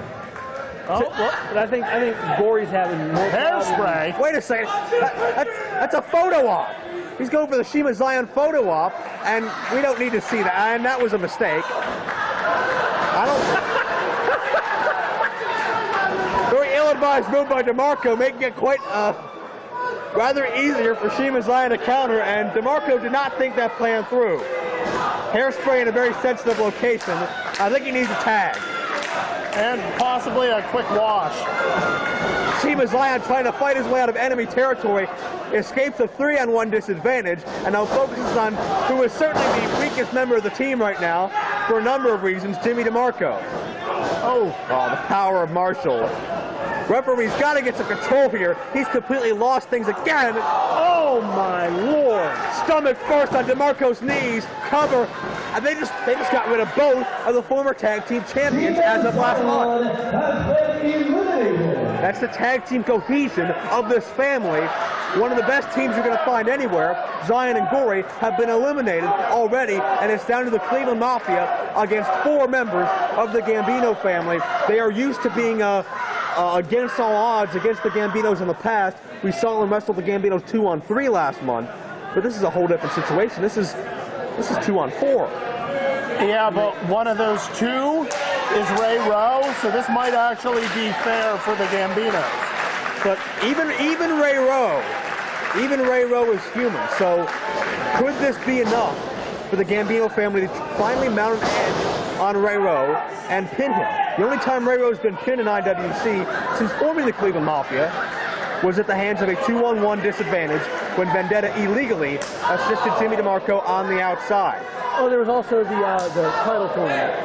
Well, very true. Rowe was certainly impaired in that tournament thanks to an ether-soaked rag, but be that as it may, J-Rocc now working once again on his longtime rival, Jimmy DeMarco. And right now, Jimmy DeMarco has to be praying that his death is quick. Ouch! It may be quick, but it will not be painless. And DeMarco is literally begging and pleading for mercy. And Ray Rowe, the emotionless assassin that he is, will not offer any up. And DeMarco desperately reaching for the eyes just to try to create some distance.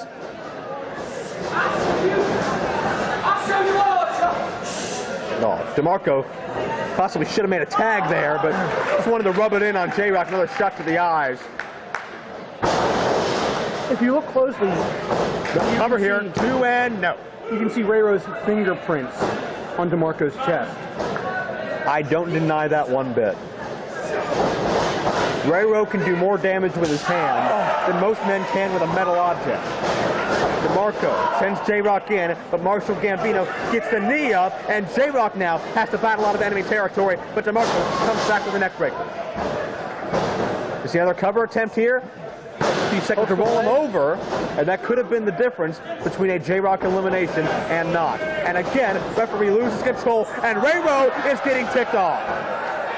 And I think that referee might go flying in a second here.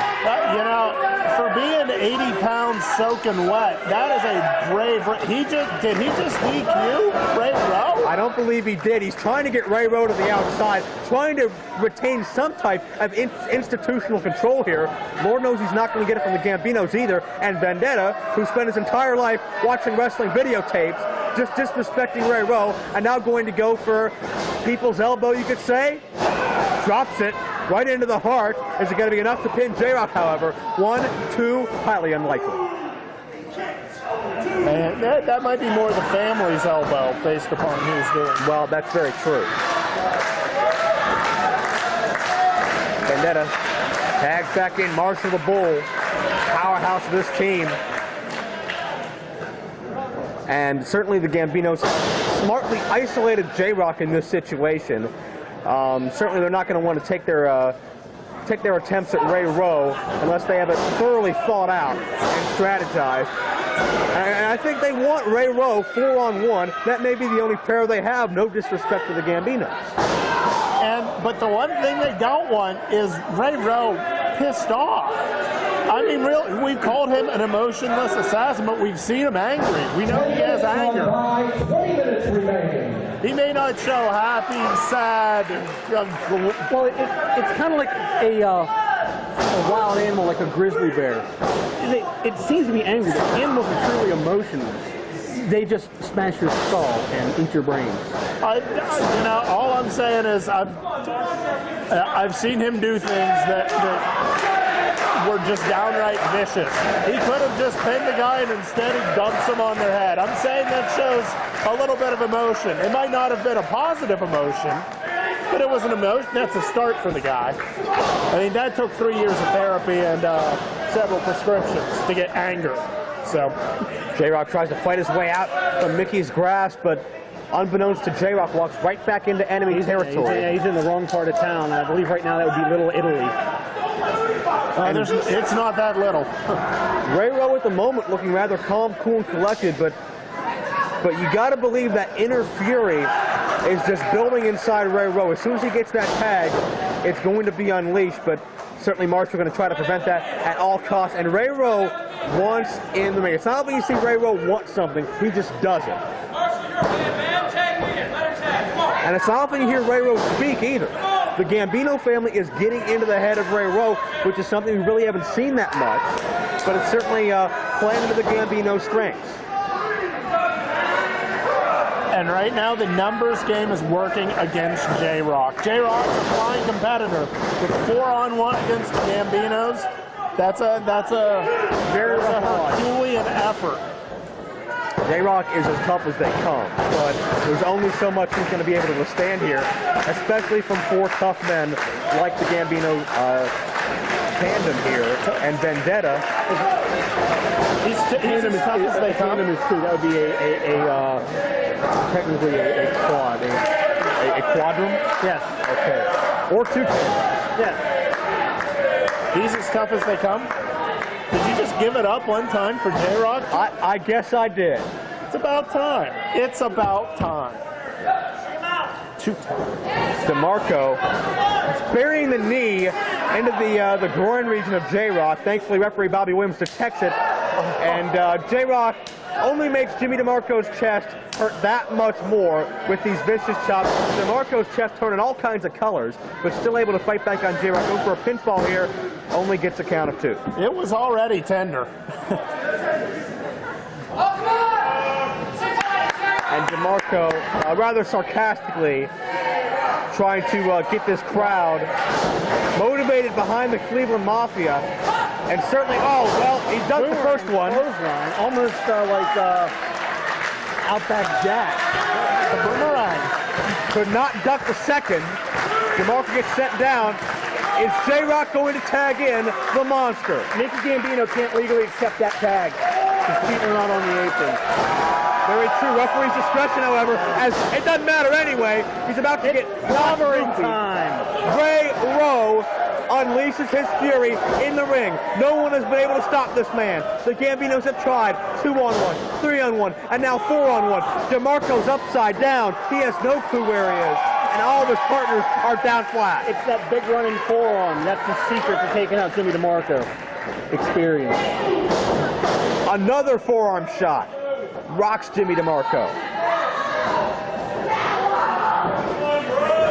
Rowe sends it for the ride. This cannot end good for DeMarco. Spear down to the canvas. And just like that, with just one tag to Ray Rowe, as Vendetta gets bent across Rowe's knee, the entire outlook of this matchup has changed. Rowe elevates nice guy Mickey. Firebomb on J-Rocc's knee. My lord, that is insane. Got double spine buster. and crack your vertebrae and slip your disc, make your legs go numb, and you won't walk for 4 months. And Ray Rowe's expression has not changed since he's gotten into the ring. A silent assassin is now ready to finish DeMarco. What's the throw? He just poked the referee in the eyes, which did not save him from that overhead suplex. Yeah, but, you know, that might be part of a master plan, because look at what Marshall's doing. Some Gambino shenanigans here as Marshall Gambino just passed off DeMarco's trusty equalizer, that steel chair. You can't call Rowe it, you can't see. Rowe doesn't sweat a steel chair. Not again. That overhead suplex, that aphasia. For a dragon, the dragon suplex. Wait a second, J-Rocc took the chair, just slapped it across the canvas. Vendetta went down, and referee Williams thinks that J-Rocc hit him with it. Gonna call it like you see it. That He didn't see anything. Well, he saw him with the chair. Ladies and gentlemen, J-Rocc has been disqualified and is eliminated. J-Rocc got screwed, plain and simple. And now it's 4-on-1. And as tough as Ray Rowe is, 15 minutes gone by, 15 minutes as remaining. unstoppable as Ray Rowe is, as tough as it's going to be for even Samoa Joe to take care of a man like Ray Rowe, can he counter 4-on-1 odds? The overhead, dragon suplex, cover, and Mickey wants nothing to do with Ray Rowe. It's pretty much going to take 3 knockouts for Ray Rowe to win this match. So he keeps it 1-on-1. Well, There's done. one. One elimination for DeMarco, DeeeeLicious DeMarco is eliminated. and Rowe never took his eyes off of Mickey and Marshall Gambino. Not once. If he did, they would have gotten involved. And it's down to Rowe and Vendetta, who is still feigning that ridiculous chair shot that didn't happen. Just woke up at the absolute worst time possible. Scooped him up like a little baby. Fall away slam. And Ray Rowe now starts to unload on his second victim of the evening. He's and now in the wrong corner. with his back turned, the Gambinos very smartly capitalized. Referee's got to get going. Jason Gore's been eliminated. He can't be on the apron. And J-Rocc just reversed it on Vendetta. Vendetta gets a taste of his own medicine. He gets screwed out of the match too. I gotta give it up to J-Rocc, a smart play. Turnabout is fair play, as they say. Same thing that happened to J-Rocc, ends up biting Vendetta in the rear, and now it's nice guy Mickey, I He's believe, taking a chance of getting DQ by using a foreign object. choking Ray Rowe with his suspenders. Desperation tactics here, as Ray Rowe has gone through half of the Gambino family. Uh-oh. Curse of the Gambino coming up. The curse, they drop him. This is one of the Gambino's tag titles in the past. Who's going to pin him? Marshall the Bull going to go down for the cover. 2, and Ray Rowe. And look, no, he kicked out. Ray Rowe kicked out of the curse of the Gambino. And here comes back that infighting problem that they had a while ago. And Ray Rowe's tenacity is crumbling this Gambino family's cohesion once again. Marshall is livid that was not it. And Mickey's saying, go up. We'll kill him if we have to. And Mickey accidentally crotches Marshall by trying to run for cover. Marshall doubled over in pain, and that forearm shot knocks Mickey clear out. And who would have thought we are now down to 1-on-1. The good news for the Gambino family, they got the powerful Marshall Gambino. The bad news is it's against Ray Rowe. And the bad news is he may have dressed up for his own funeral. Both men nose to nose. Marshall, he's called the Bull for a reason. He's not going to back down from Ray Rowe, at least not with all the money on the line, not with everything at stake in this matchup, as these are the final 2 men alive. And he has every ounce of power that Ray Rowe has. Plus he has the advantage of being fresher in the ring. Duck of the elbow, duck of the clothesline. German! Marshall is 280 plus pounds. Just got lifted overhead almost with ease by Rowe. T-bone style almost by Rowe. Takes Marshall down again. Cover. Oh, but right into enemy territory once more. Rowe's mistake there was ring positioning. And J-Rocc, Gory, and Xion not going to put up with it anymore. We have pandemonium on the outside as in the ring, Rowe, STF variation, Marshall tapping out. The referee's on the outside with the chaos. He doesn't see it. Who's in the ring? Wait!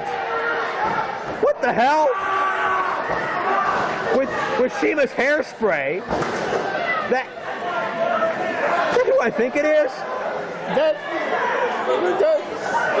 That's another damn Gambino, isn't it? They're like tissues. You get rid of one and another pops right back up. Good Lord. Vicky Gambino, their sister. Marshall with a splash, cover.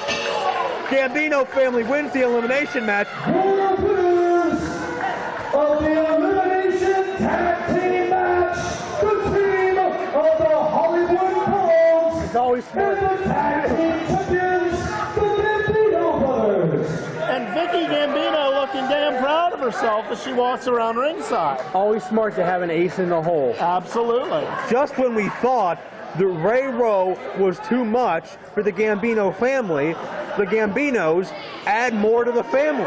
They pull another relative out of their sleeve, and that ace up their sleeve, as you say, was enough for the Gambinos to defeat Rowe. And certainly defeating Rowe, not an easy process, as Rowe is still blinded by, I believe that was Shiima Xion's hairspray that Vicky Gambino used in order to give her faction the advantage. And the Gambinos certainly very proud of their dirty deed, aren't they?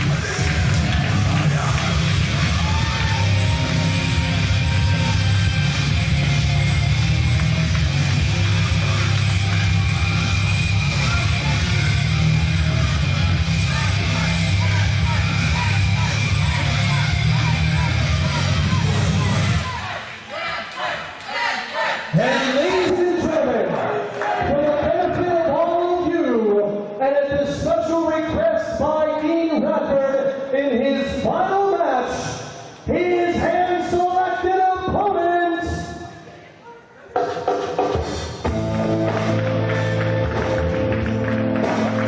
Who has Radford selected his last match to be against?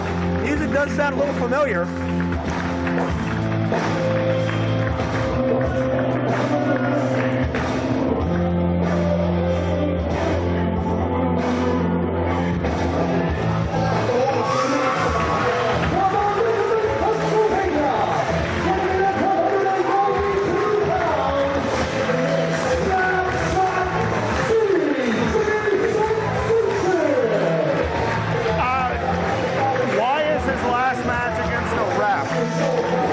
Against a referee. Jake, you want to say something? Okay.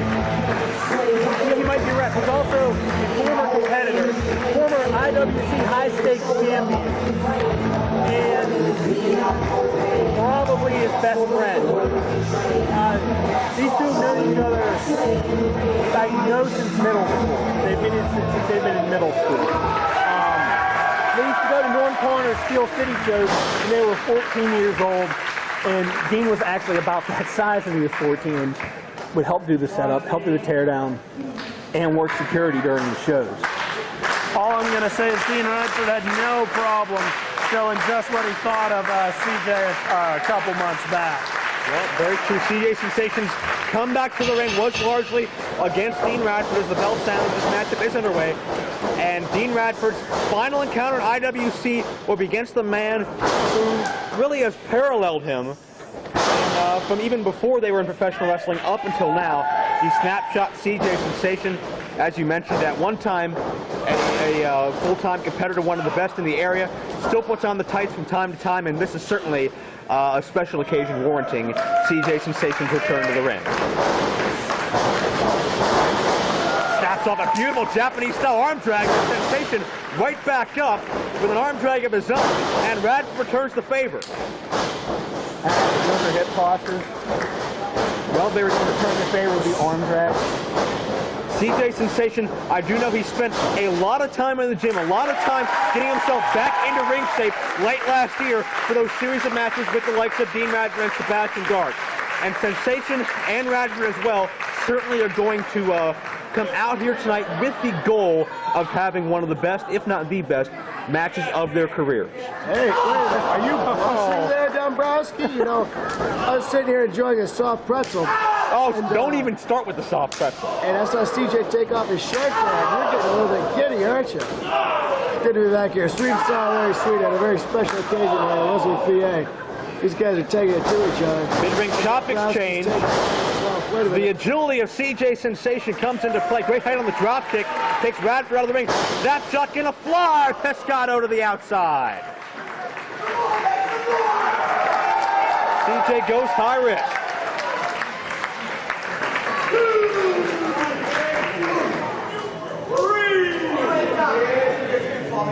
Bobby Williams, the assigned referee here, with the obligatory 10 count, and Sensation went for the right hand. Radford ducks. Sensation strikes that hard ring post and now begins to take over. CJ, as a referee, should know a clenched fist is illegal. That's actually outside the ring. It really doesn't matter. Still.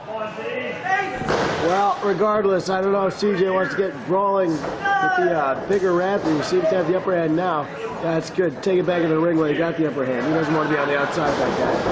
And a steam by the Snapshot walks right in to that Mafia-style kick at the hands of Radford. And you can see the joy on Radford's face. He loves putting his boot through someone's lips, doesn't he? Radford, a former IWC champion, defeated Sterling James Keenan for that honor. Cover 2-0. Radford's competed for pretty much every championship in IWC. And certainly fared very, very well regardless of who is on the other side of the ring. Nice elbow smash there. Right into that surgically repaired neck of CJ Sensation. Radford knows what he's doing here. They may be friends on the outside of the ring, but Radford does not want his final ever match in Pittsburgh to be a loss. He's going to exploit that weakened neck and go out on top. Although he has to watch out because Dean Radford has also suffered a broken neck in the past. When he very early in his career in wrestling, and CJ does know that. Watch for kicks from CJ to Radford's neck. However, one would think that Radford's neck has been able to recover substantially more since Radford has been able to and has been able to develop a full and win career afterwards, while CJ Sensation has stuck mostly to refereeing. And Radford now just bending the body of CJ Sensation across that thick knee of Radford, chopped for good measure as well. And Radford is always at his happiest when he's inflicting pain, isn't he? Friend, foe, someone he meets on the street, he doesn't care. He just likes beating people up. Man with so much power, but so much aerial talent to compensate for that as well. About 6'2" or 3", about 260 pounds. Very few men have come into IWC at that size who can fly and move like Dean Radford has. Put him almost similar to a guy like Chris Hero, and he's like the only other guy who's been here. A spinning neck breaker. CJ Sensation able to rally back for a moment, but again Radford knows exactly where to exploit on the anatomy of CJ Sensation. So do I, his neck. He's got a broken neck. Go for his neck. It's not great. It's not rocket science. Well, I know. Go for his broken neck. That's what he's doing. Trying to re-break his neck. Will you calm down? Put him over like he's Einstein. Well, he's doing with anybody. it's a smart strategy. He's putting friendship aside for the sake of winning a match. That's hard for some people to do, and if you had any friends, you would know that. Radford misses the elbow off the top. Don't worry, I'll introduce you to CJ later. I think the two get along. I don't really know if he's into that. Stop that. Radford went for all or nothing there. Did not find his mark. CJ Sensation goes to the top, now going to take a chance. But Radford meets him. Sensation crotched on that top turnbuckle. Regains his footing, however. You said that with such enthusiasm, Joe. Well, it's an important match. Radford, superplex attempt. Gets him up, drives him down. Bad landing for CJ Sensation, but it took a lot out of Radford as well, because Dean Radford have enough to roll over into the cover in time. Didn't bring him down quite flat. Brought him down more almost vertical, like on nearing a brain buster. Well, he wanted like a harder angle on his neck. Exactly. Broken neck? Radford gets to his feet. I don't think CJ Sensation has moved at all since that superplex. Well, of course not. He hurt his broken neck. He's not going to be up doing a jig. Double spring into a leg drop.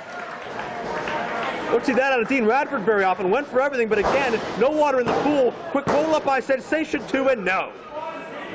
Well, of course there's no water in the pool. It's early April. Another example of the great agility of Dean Radford we've seen throughout the years. It takes a lot for a man of that size to be able to do a move like that. You're absolutely right. Mid-ring slugfest. The Sensation can get the better of it. Ducked by Radford. Sensation slips through. Hard kick to the gut. Uh-oh. Kidnapper attempt here. Bent down. Drops Radford. Does he have enough to cover? Kidnapper 2 and no. Radford kicking out of perhaps CJ Sensation's most famous hold over the years.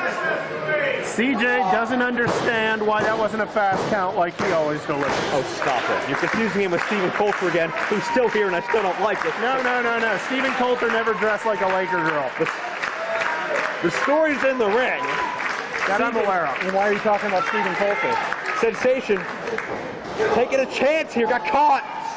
Check out the power, right up into the Radicator. One last Radicator. Can he get the cover? Radford's had a lot taken out of him this match as well. 2 and Sensation kicks out. And the fans dissent with the count. Radford's IWC career not yet over. This matchup does continue. CJ Sensation continues to dig down deep as well. Now it's just broken down into a slugfest here. And CJ won that. Both men can sense a weak point in the other. Sunset flip. Radford controls that 260, gets on top, gets a 3 count. Dean Radford ends his IWC career on a high note.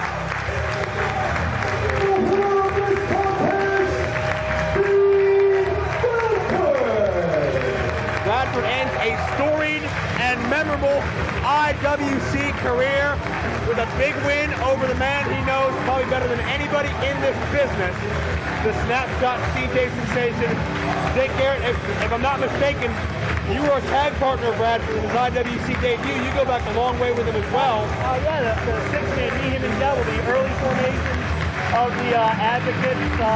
We didn't fare too well that night, but certainly you have been right there on the front lines watching Dean prosper and mature as a performer and a human being over the years. He's a hell of a talent.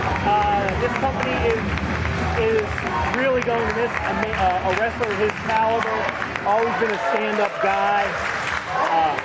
Both in the ring and in the back and just outside of the ring. Dean has been a great guy. I can speak to me personally. One of the people that goes out of his way to make you feel welcome in the back. And we will miss Dean. A credit to this profession. On behalf of everyone here, obviously, just couldn't tell. From your family, you've been consistently supportive of you, your family, and friends for years now. I remember Dean Radford when I ran a group called Steel City Wrestling, which some of you may remember. I remember this little kid, probably at the age of 14, along with somebody else I know, Troy Lords, who used to come to shows. And much like some of you who come here to these shows, constantly asking, can we help? Can we do anything? Can we set up the ring? And that's basically how all these guys started with me, was helping them set up chairs, set up the ring. And for me, you know, I'm 34 years old now, but I've been promoting wrestling shows since 20, so for 14 years I've been promoting Steel City, IWC. I have a lot of pride in somebody like Dean, who for all those years has been nothing but a loyal employee to this company.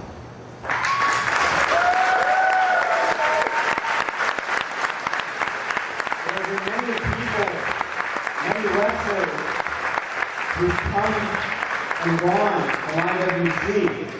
There are many people who quit IWC only to come back. And we're supposed to welcome them with open arms. But yet someone like you has stayed loyal to this company for all this time. I've got to say, you know, Dean Radford and I talk long and hard about this business all the time. And I always told Dean one thing: you remember your family, and if you have an opportunity in your real life, you take that opportunity. And Dean Radford, just last week, had that opportunity. And Dean Radford's moving to Arizona this week.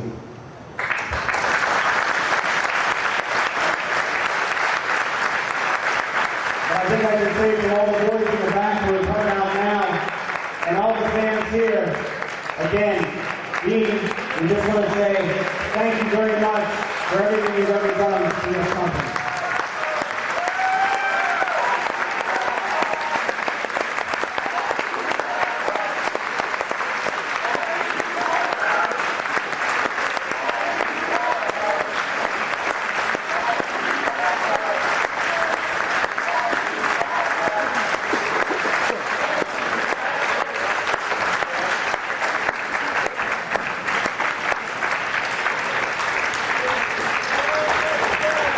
Longtime friends and foes alike showing the respect. Justin Idol, Eric Ecstasy, him and Dean battled over the IWC title. Michael Facade, who recently attempted to win the respect of Dean Radford in their series of matches. Jake Garrett, who goes back several years. As we leave this ring with Dean, I think Jason Gory. At this point is a lot of days to do this one more time.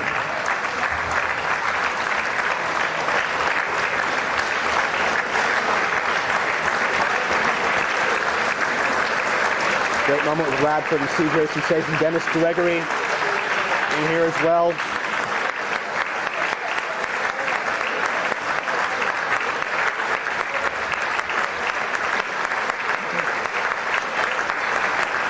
A much-deserved, sustained standing ovation from this capacity crowd toward Dean Radford.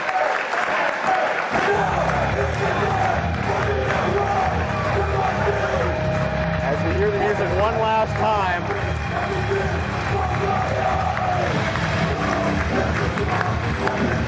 The song, Hate Creeds, I Will Be Heard. Dean Radford certainly was heard in his near 5-year in-ring professional career here in the International Wrestling Cartel. And even though tonight it comes to an end, he will be remembered fondly as one of the hardest working, most dedicated, loyal, and certainly talented as well members of this locker room, past, present, or future, Mr. Farnsworth. You know, for as brutal of an SOB as you are, you're also one of the nicest guys I ever met, Dean. Your talent has shown through in the ring, as well as in the back when you're helping people, when you're guiding people, and really, we are losing a great talent in Dean Radford. We'll miss you. Good luck, Dean Radford, in everything you do from all of us here in the IWC.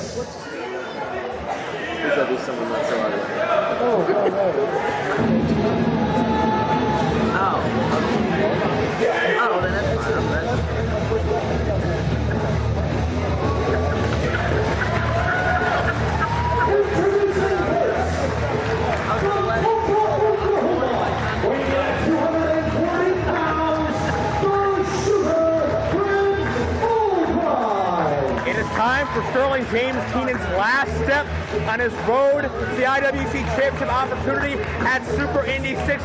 But what a roadblock he has to get through tonight. Former #1 contender to the IWC Championship, the shooter, Brent Albright. You know, I think Brent's a really good wrestler. You can't take anything away from him, but he hasn't been the same since like the defeat I handed him last November in that tournament. Okay.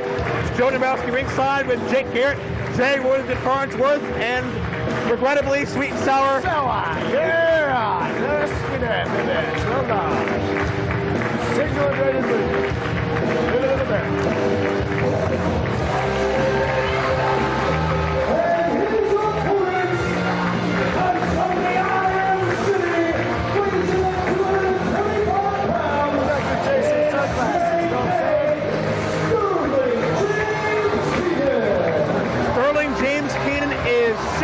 road, in his road to the heavyweight championship.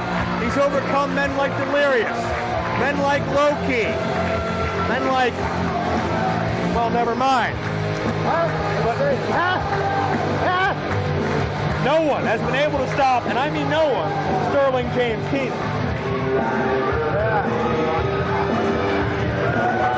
Will Brent Albright getting the job done? Originally, Sterling was scheduled to receive the championship shot tonight, but with the rescheduling of Super Indy 6, he has one more obstacle to get through. You know, I was at a restaurant the other day. Oh God, it's going to take forever. I was just finishing up. Time to pay the rent. And there's a pie case. There's a lot of good-looking pies in there. Coconut cream, lemon meringue, banana, custard, what have you. When you get to the point, and there was an older gentleman with a really small kid, had to be less than 5 years old. And I said, "Son, do you want an apple pie?" He said, "No." The old man goes, Okay, action's underway. Sterling and Brent Albright locking up one-on-one. Brent Albright, a former #1 contender to the IWC Championship, took Reyes to his limit. So that shows you the type of power and technique Albright possesses. Clean break in the corner to start this out. That's what I'm saying, man. You want some apple pie? No. Jake Garrett, do not encourage him. Another tie-up. Sterling able to back Albright back into the corner. Albright overpowers him and reverses. Referee Bobby Williams with the 5 count. Will we have a clean break? We do. Now, these guys, if I'm not mistaken, have wrestled each other in a WWE ring. Is that true, Nebraska? I'd imagine it's certainly very possible. Yeah, I think it is. During Brent's tenure in the WWE, so this is a match that has been seen many times. These guys familiar with each other from 18,000 to 20,000 people here in Elizabeth, PA.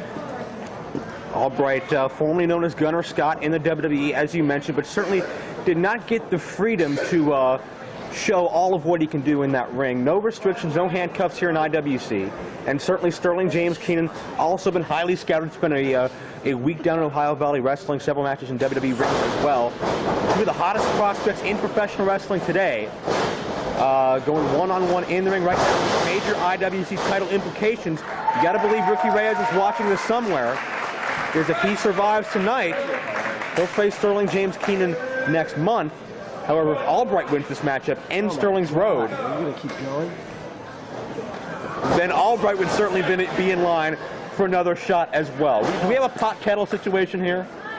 Oh, Lord. Well, we should also congratulate IWC alum and Super Indy champion Colt Cabana.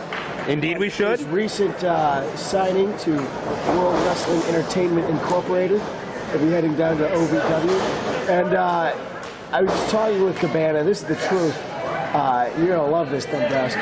Oh, will I? He was saying that he goes down to OVW. He wants to change his name to Colt Boom Boom Cabana. You like that? Shoulder tackle centering by Albright. Sends Sterling down. Sterling comes back with a hip toss, arm drag, takeover. Quick back and forth wrestling by both men as Sterling now settles on top of Brent Albright. Sterling knows he has to wrestle a perfect matchup here. No room for any mistakes at all. Yeah, and the first mistake Sterling's making right now, he ought to be putting a thumb in the eye, maybe a good shot to the groin. He needs every advantage he can get. This is it. This is the last step before he gets that title shot. He doesn't want to take any chances. Take every advantage he can get. Look at Sterling hanging on there. Excellent mat work. If Sterling does not win this matchup, the past 6 months are all for nothing. It's completely erased from the record. Sterling does not get that championship opportunity.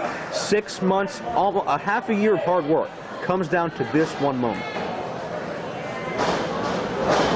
Albright, vertical base, back heel trip, but Sterling too quick, counters on the elbow, right back to the arm drag takeover, continuing to control Brent Albright. Sterling trying to stay over top of the larger man Albright, so Albright cannot outpower him. And a smart move by Sterling, trying to keep the man down. He knows where the strengths and the weaknesses are lying, and he's controlling the situation as best as possible. As Sterling continues to cinch in on Brent Albright.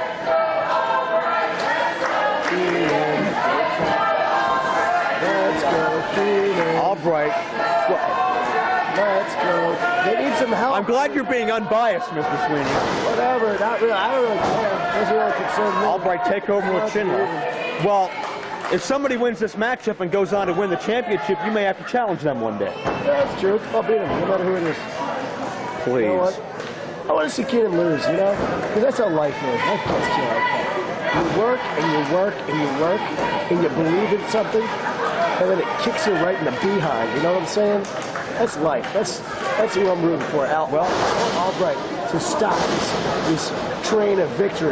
Well, JK. Sterling certainly has been working very, very hard ever since promoter Norm Connors laid down the law this past October that Sterling would have to go through every top contender to prove he deserves a title shot.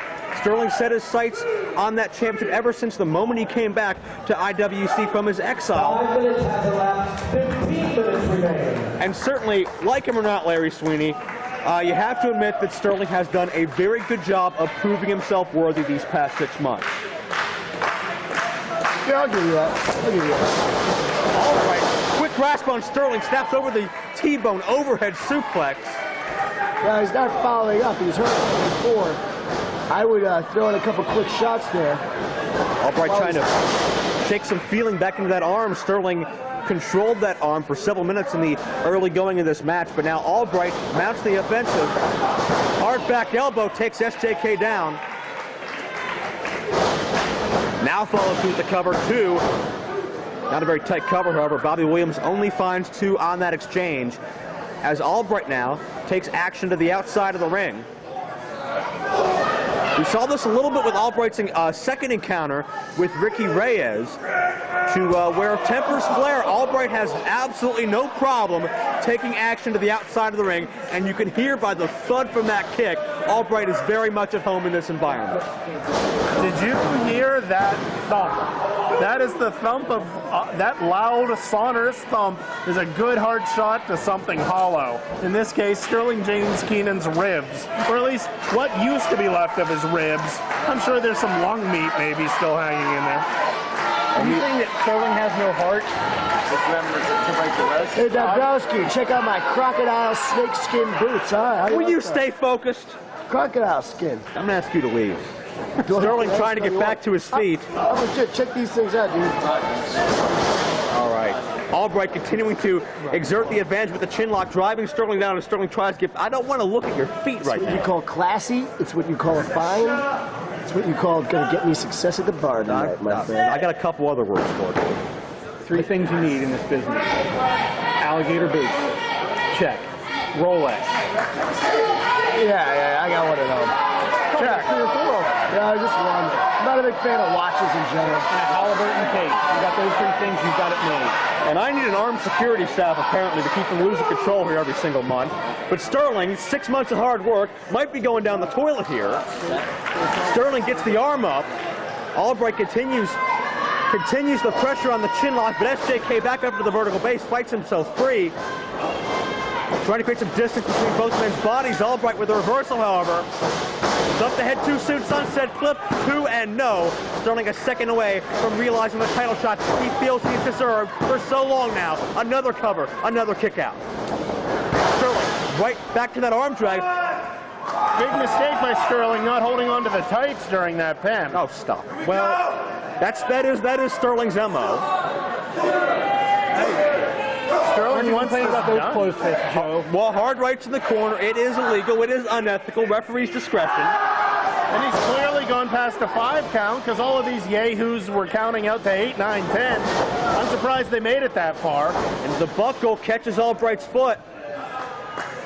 Oh, sets him up. Elevated backcracker, drives him down.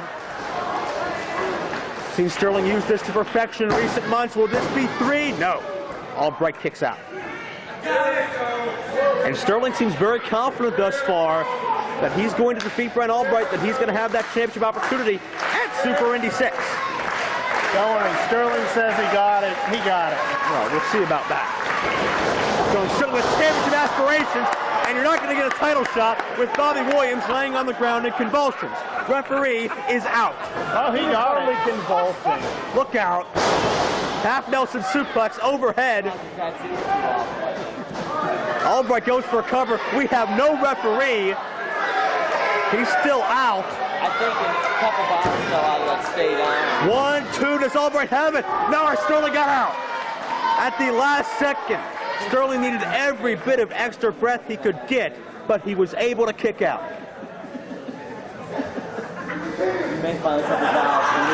And Albright realizes, oh, wait a second, Albright's getting frustrated. Dear God! Dear God! Bobby Williams spiked like an exclamation point, and look who's coming to the ring. Out of camera view, that is Gregory. He got screwed out of his matchup against Sterling last month, thanks to Hentai, who's not even here, and Gregory just nailed Albright. Then Sterling with a hard shot to Gregory. Now, did Gregory mean to hit Albright? I can't think that he would have. Oh, here's Big Papa. No other referees are available. CJ Sensation recovering from his match. Williams is out.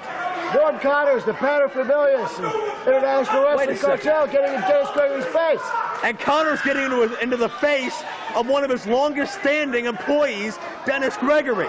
And Norm Connors is going to make the count. Sterling has him beat. 2. Sterling got the shot. What the hell was that? Norm didn't count the fall.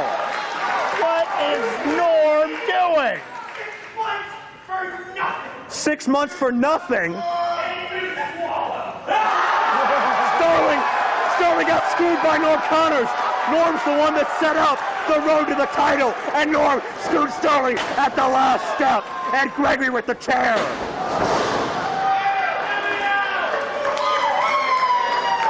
Gregory just laid out Sterling. This is chaos. It's all for nothing. What's going on here? Why is Norm Connors doing this? He told Sterling, you win every match, you get the title shot.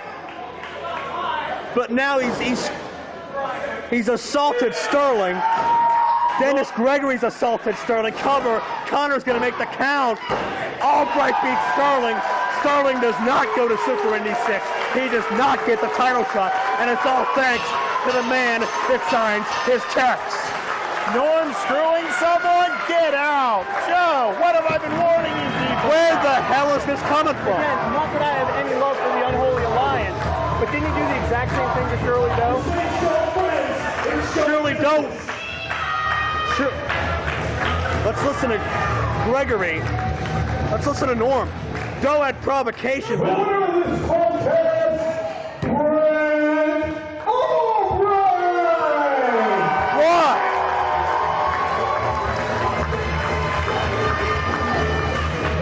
You quit IWC 1 year ago. You're back. I gave you the opportunity of a lifetime. You quit on us.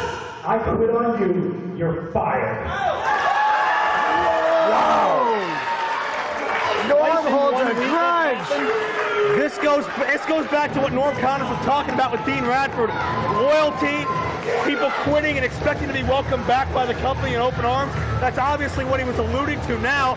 Norm Connors just took his most trusted and loyal employee in Dennis Gregory and used him to screw over Sterling James Keenan, apparently upset that Sterling quit the company last year.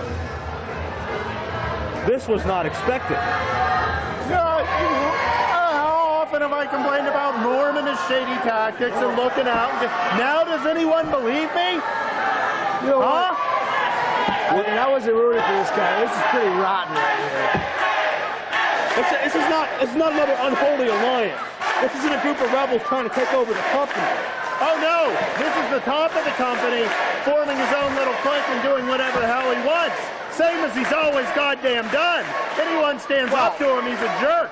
Well, now you have to deal with it. You know, hell with this. Hell with it. Where the hell are you going?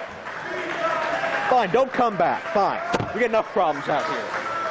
Sterling James Keenan has been fired by promoter Norm Connors. in a hell of a screw job we've seen here. I don't even know what else to say. Norm Connors, Dennis Gregory, who knows how long this has been brewing, who knows where Sterling goes from here, but apparently no title shot for Sterling, and Norm Connors and Dennis Gregory apparently get their way. Unbelievable. Ladies and gentlemen, the following contest is our champion versus champion main event of the evening. It is scheduled for one fall with a 60-minute time limit, and it is for the IWC Championship. Well, time to regroup a little bit from what we've just seen and focus on the ultimate prize in the International Wrestling Cartel, that is the IWC Championship, which will be contested for in this, our main event of IWC's, I guess now ironically named, Throwdown Staydown.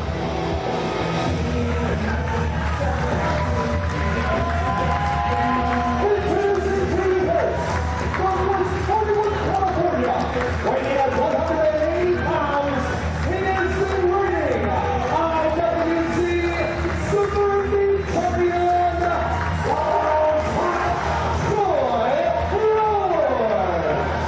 Ever since Troy Lords captured that Super Indy title from John McChesney, really ever since the war with Hentai culminated, Lords has put his body on the line at any risk, at any cost, to fight for what he believes in. Whether it's a jealous former teacher, whether it's the top of the Super Indy Championship division, Lords has fought for all of it. I just want to make it perfectly clear. What happened tonight to Sterling James Keenan was exactly what Sterling James Keenan deserved. Loyalty means everything to me. Radford is one end, Sterling's another. I proved tonight you can't mess with Norm Connors. Heated words from the promoter Norm Connors towards the actions we just saw involving him and Gregory very violently. Very tense, man. Violently lashing out at Sterling James Keenan.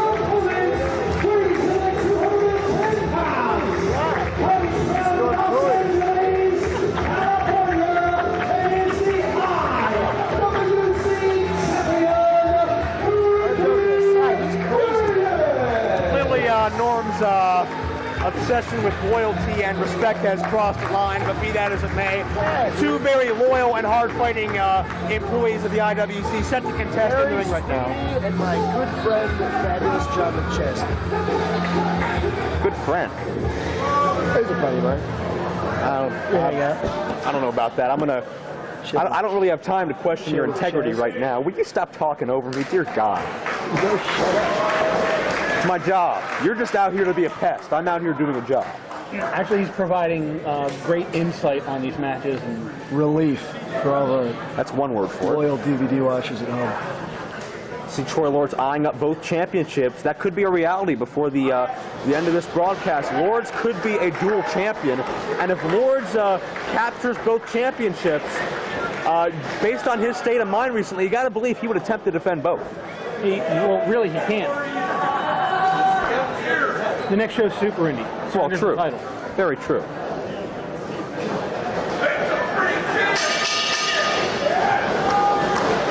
And this was a matchup requested by Troy Lords, I do believe. Lords wanted to test himself against the pinnacle of competition here in the International Wrestling Cartel. If his Super Indy title reign was coming to an end, he was going to do it facing the absolute best. Rick House.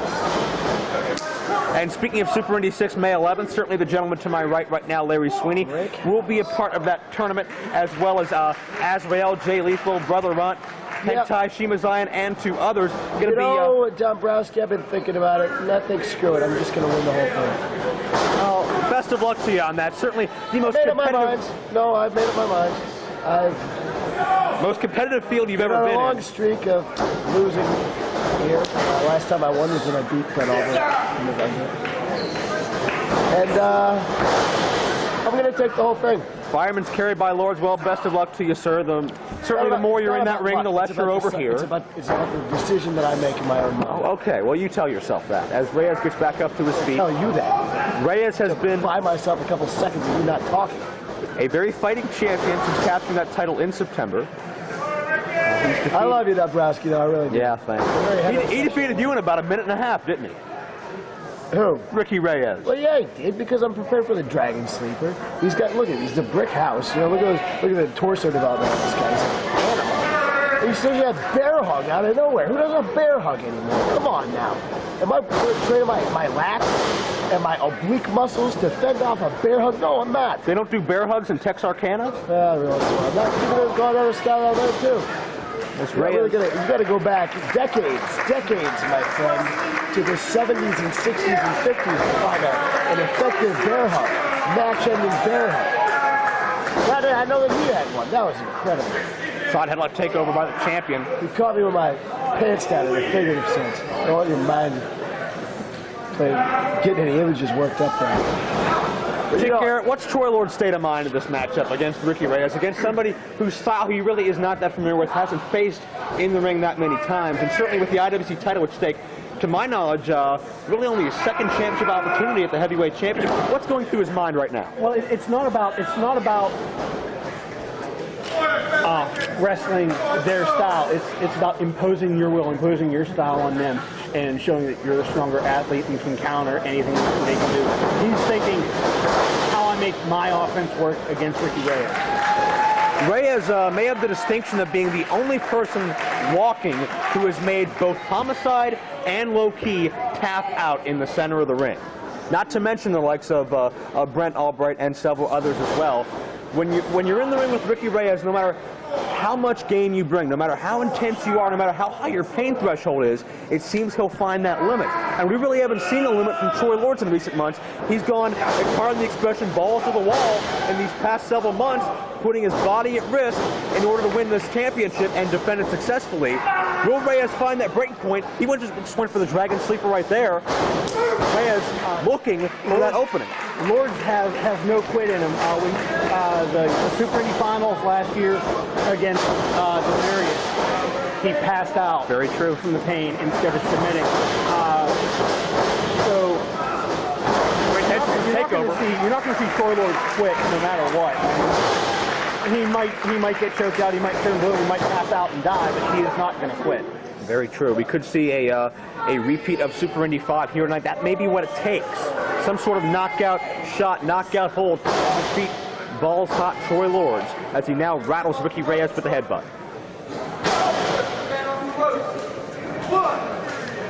How's your love life, Joe? And Lords has certainly been on a great tear in recent months as well. 3 straight consecutive victories over fabulous John McChesney. Really, I can't think of any other man walking that's been able to do that. John McChesney, not often do you get inside the head of the fabulous one, but Troy Lords was able to.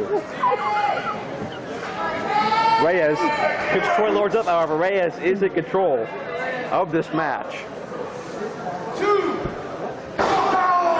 Buries an elbow right into the chest.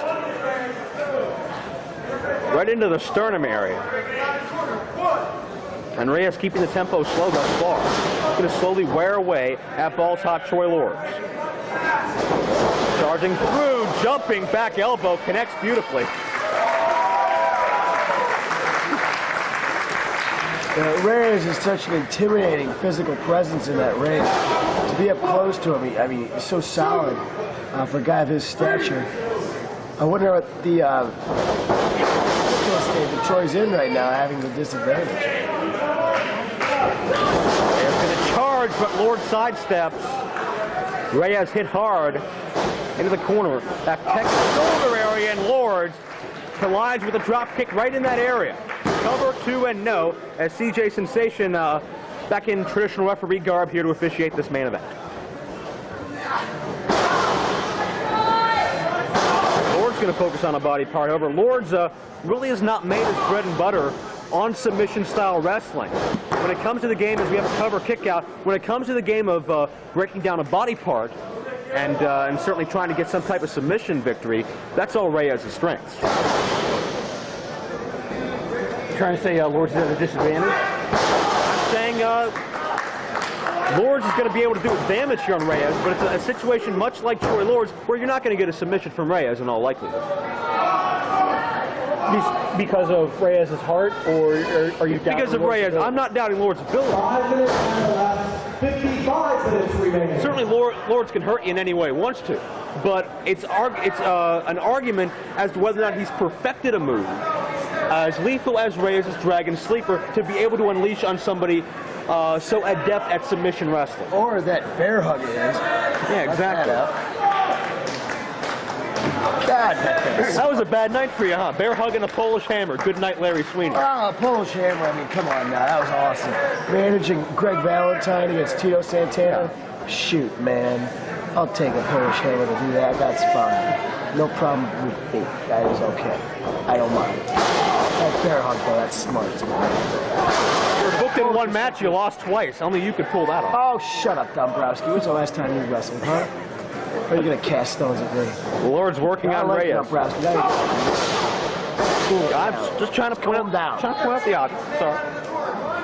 God, I had a boa constrictor, you know, as a kid, as a pet. You just watch that thing, you know, you feed that thing a mouse, and it just snaps right under it, and its whole body in 1 second just boom, it's all around it. And that rat has no chance. And the scales of the snake interlocked, and every time the rat breathes in, the snake crushes a little bit more. And I felt like that when Reyes was wrapped around me. It was out of control. I didn't end that thing early. Hammerlock slam by Troy Lords, again trying to get any and all feeling out of that left arm. Maybe Lords has done some intense scouting. Maybe he knows a weak point that we may not hear. But cover attempt, really, you're going to have to take out both arms and a whole lot more if you want to pin Rookie Reyes' shoulders down.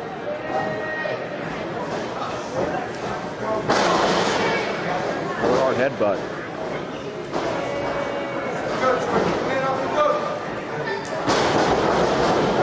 Certainly, Lords may also be attempting to weaken the upper body of Reyes.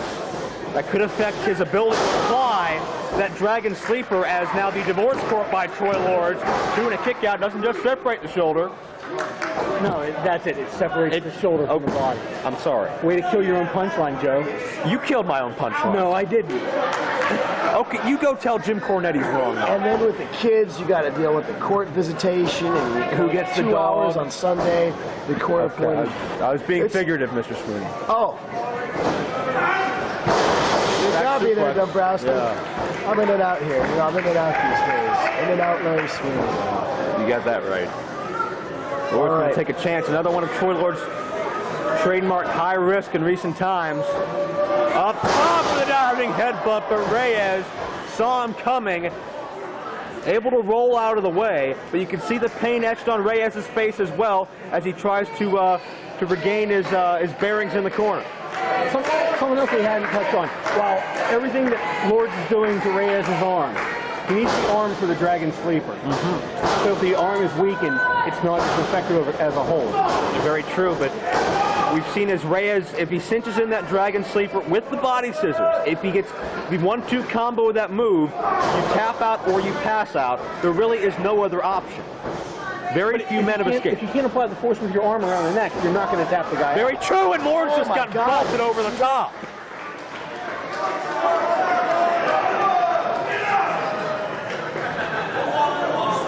It's a very good point to touch on, though. Reyes may have had enough damage to that arm done to where he can't apply that Dragon Sleeper here. Any movement of that arm is clearly causing a lot of pain among Reyes. He may have to dig deeper into his playbook. And Lords hits head first. I think Lords wants to stay in the ring here. You don't want to be on the outside of the brick house. Very true. You don't want to do that. He chops hard. He kicks hard, too. Don't aggravate him. Even as weakened as one of Reyes' limbs are, he's still so deadly and so lethal. Really in or out of the ring, but if you bring it to more of a brawling environment, it's got to benefit the former Rottweiler Ricky Reyes. Lords sent back in, and Reyes still can see just trying to shake some feeling into that arm. Sets him up.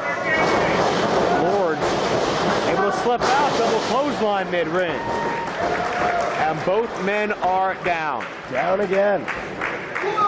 Looks like Lords hit hard on the back of his head. You know, Reyes still has that arm to worry about. Both men have had so much taken out of them so far.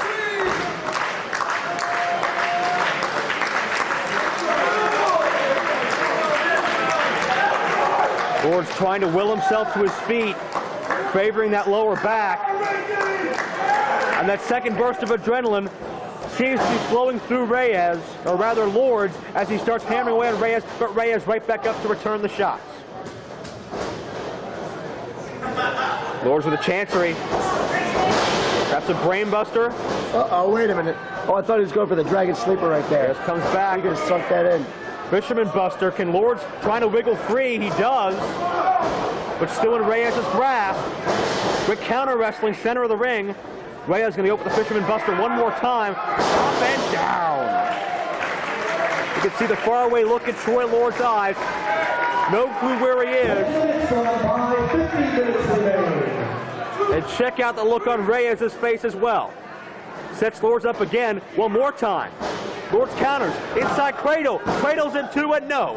Reyes reverses it, two and another kick out. Lords almost a dual champion. Reyes still in this thing. Lords going to spring up the second rope. Cross body. Has him down, cover, and no. Reyes escapes once again.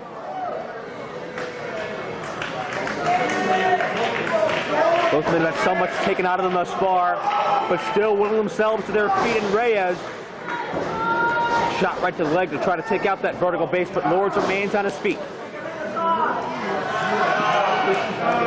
Oh no. Reyes has some dangerous intentions in mind with the corner, and the back of Lord's neck just snaps off the top turnbuckle. His whole body collides into that corner. One more time. Running, Liger bomb cover, two, and Lords escape once again. That's that will and the competitive spirit of Troy Lords, that spirit of a champion that's willed him through so much.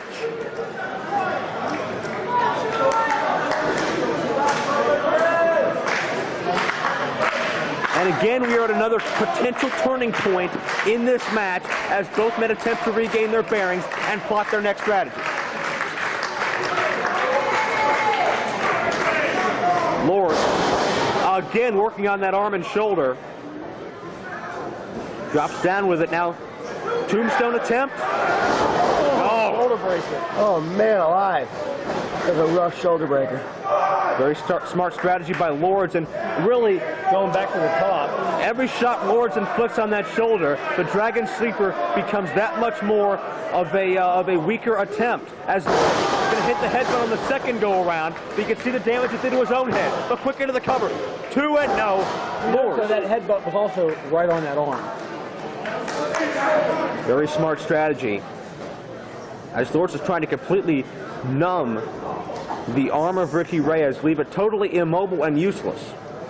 The question could remain, he's going for it now. He's got the body system. That's it, forget about it. But does he have 100% strength in that arm to apply it?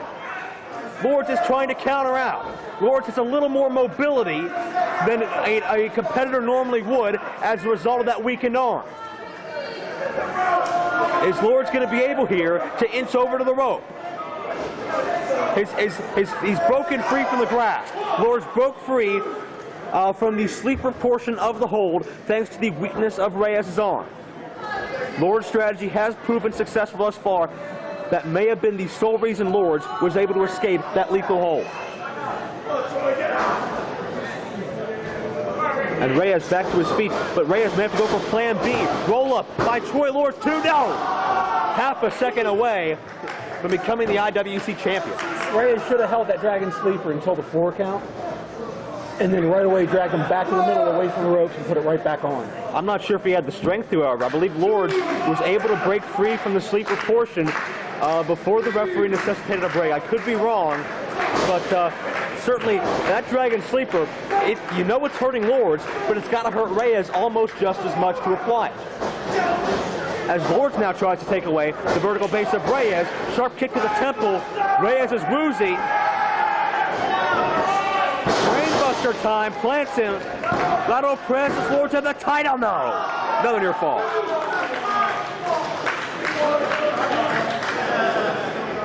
Right now, Lords has got to be thinking, because he's brought out some of his best stuff, and he hasn't put him away yet. What's going through his mind is, what do I have to do to put Reyes away? Lords picks Reyes up here. What could Troy Lords have in mind next? What does Troy Lords have in his playbook here to beat someone who is almost unbeatable? Head of steam, but Reyes explodes with a jumping knee. Lords could not escape. His own momentum worked against him, and Reyes buried the knee right into the sternum area. Follow through. Lords, little woozy, collides with the knee the second time, higher up on the body this time. Covers him, 2.5. Lords escapes. And Reyes still feeling the pain, but he's signaling right now it could be Dragon Sleeper time. The slam to set it up. Got the sleeper, got the scissors. Will Troy Lords pass out this time? Troy Lords, I cannot recall ever passing out, at least not in recent memory, ever since he has this newfound motivation. When he's sick? He passed out. Yeah. He's never tapped out. I don't think it's in Lords' being to tap out at this stage of his career with the high stakes he's been wrestling for in recent months. And again, he gets to the rope, and again, you have to attribute that. Based on the lethal damage that's done in the past, you have to attribute that by the damage Lords has done on the arm and shoulder of Reyes. And Reyes, I believe, being a little frustrated, his pet maneuver for the first time in his career here may not be working. Mid-ring forearm exchange. And Reyes psychs himself up, but Lords psychs himself up as well. This is crazy. Back and forth, middle of the ring, putting it all on the line in this IWC title match. Reyes, high kick, Lords ducks. And Lords comes back with a shot of his own. Reyes is down, lateral press, 2.5. Another kick out by the champion. More of a glancing blow there. Lords didn't get as much behind that as he wanted to. Lords trying to keep Reyes in his grasp, but check this out, fireman's carry. Reyes has Lords on his shoulders. Lords counters out of that attempt. Double arm overhead, suplex, great bridge, and he got 3. Reyes gets the 3 count.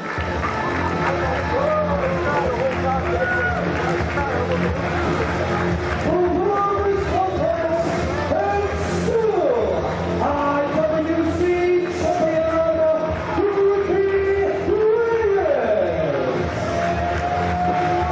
Well, the Dragon Sleeper failed Ricky Reyes on this night thanks to the arm and shoulder damage.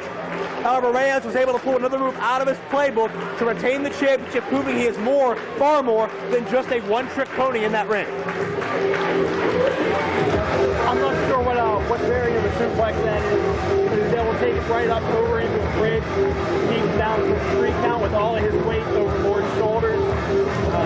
But the sign of a true champion is having those extra moves in your arsenal when it comes down to it. If plan A is gone, plan B is in danger, you gotta have plan C waiting around. Certainly Reyes was able to vary the offense, a move I don't think Troy Lords was expecting from Ricky Reyes, and Lords has not left the ring. Lords holding his Super Indy Championship as Reyes holds Reyes' IWC heavyweight title.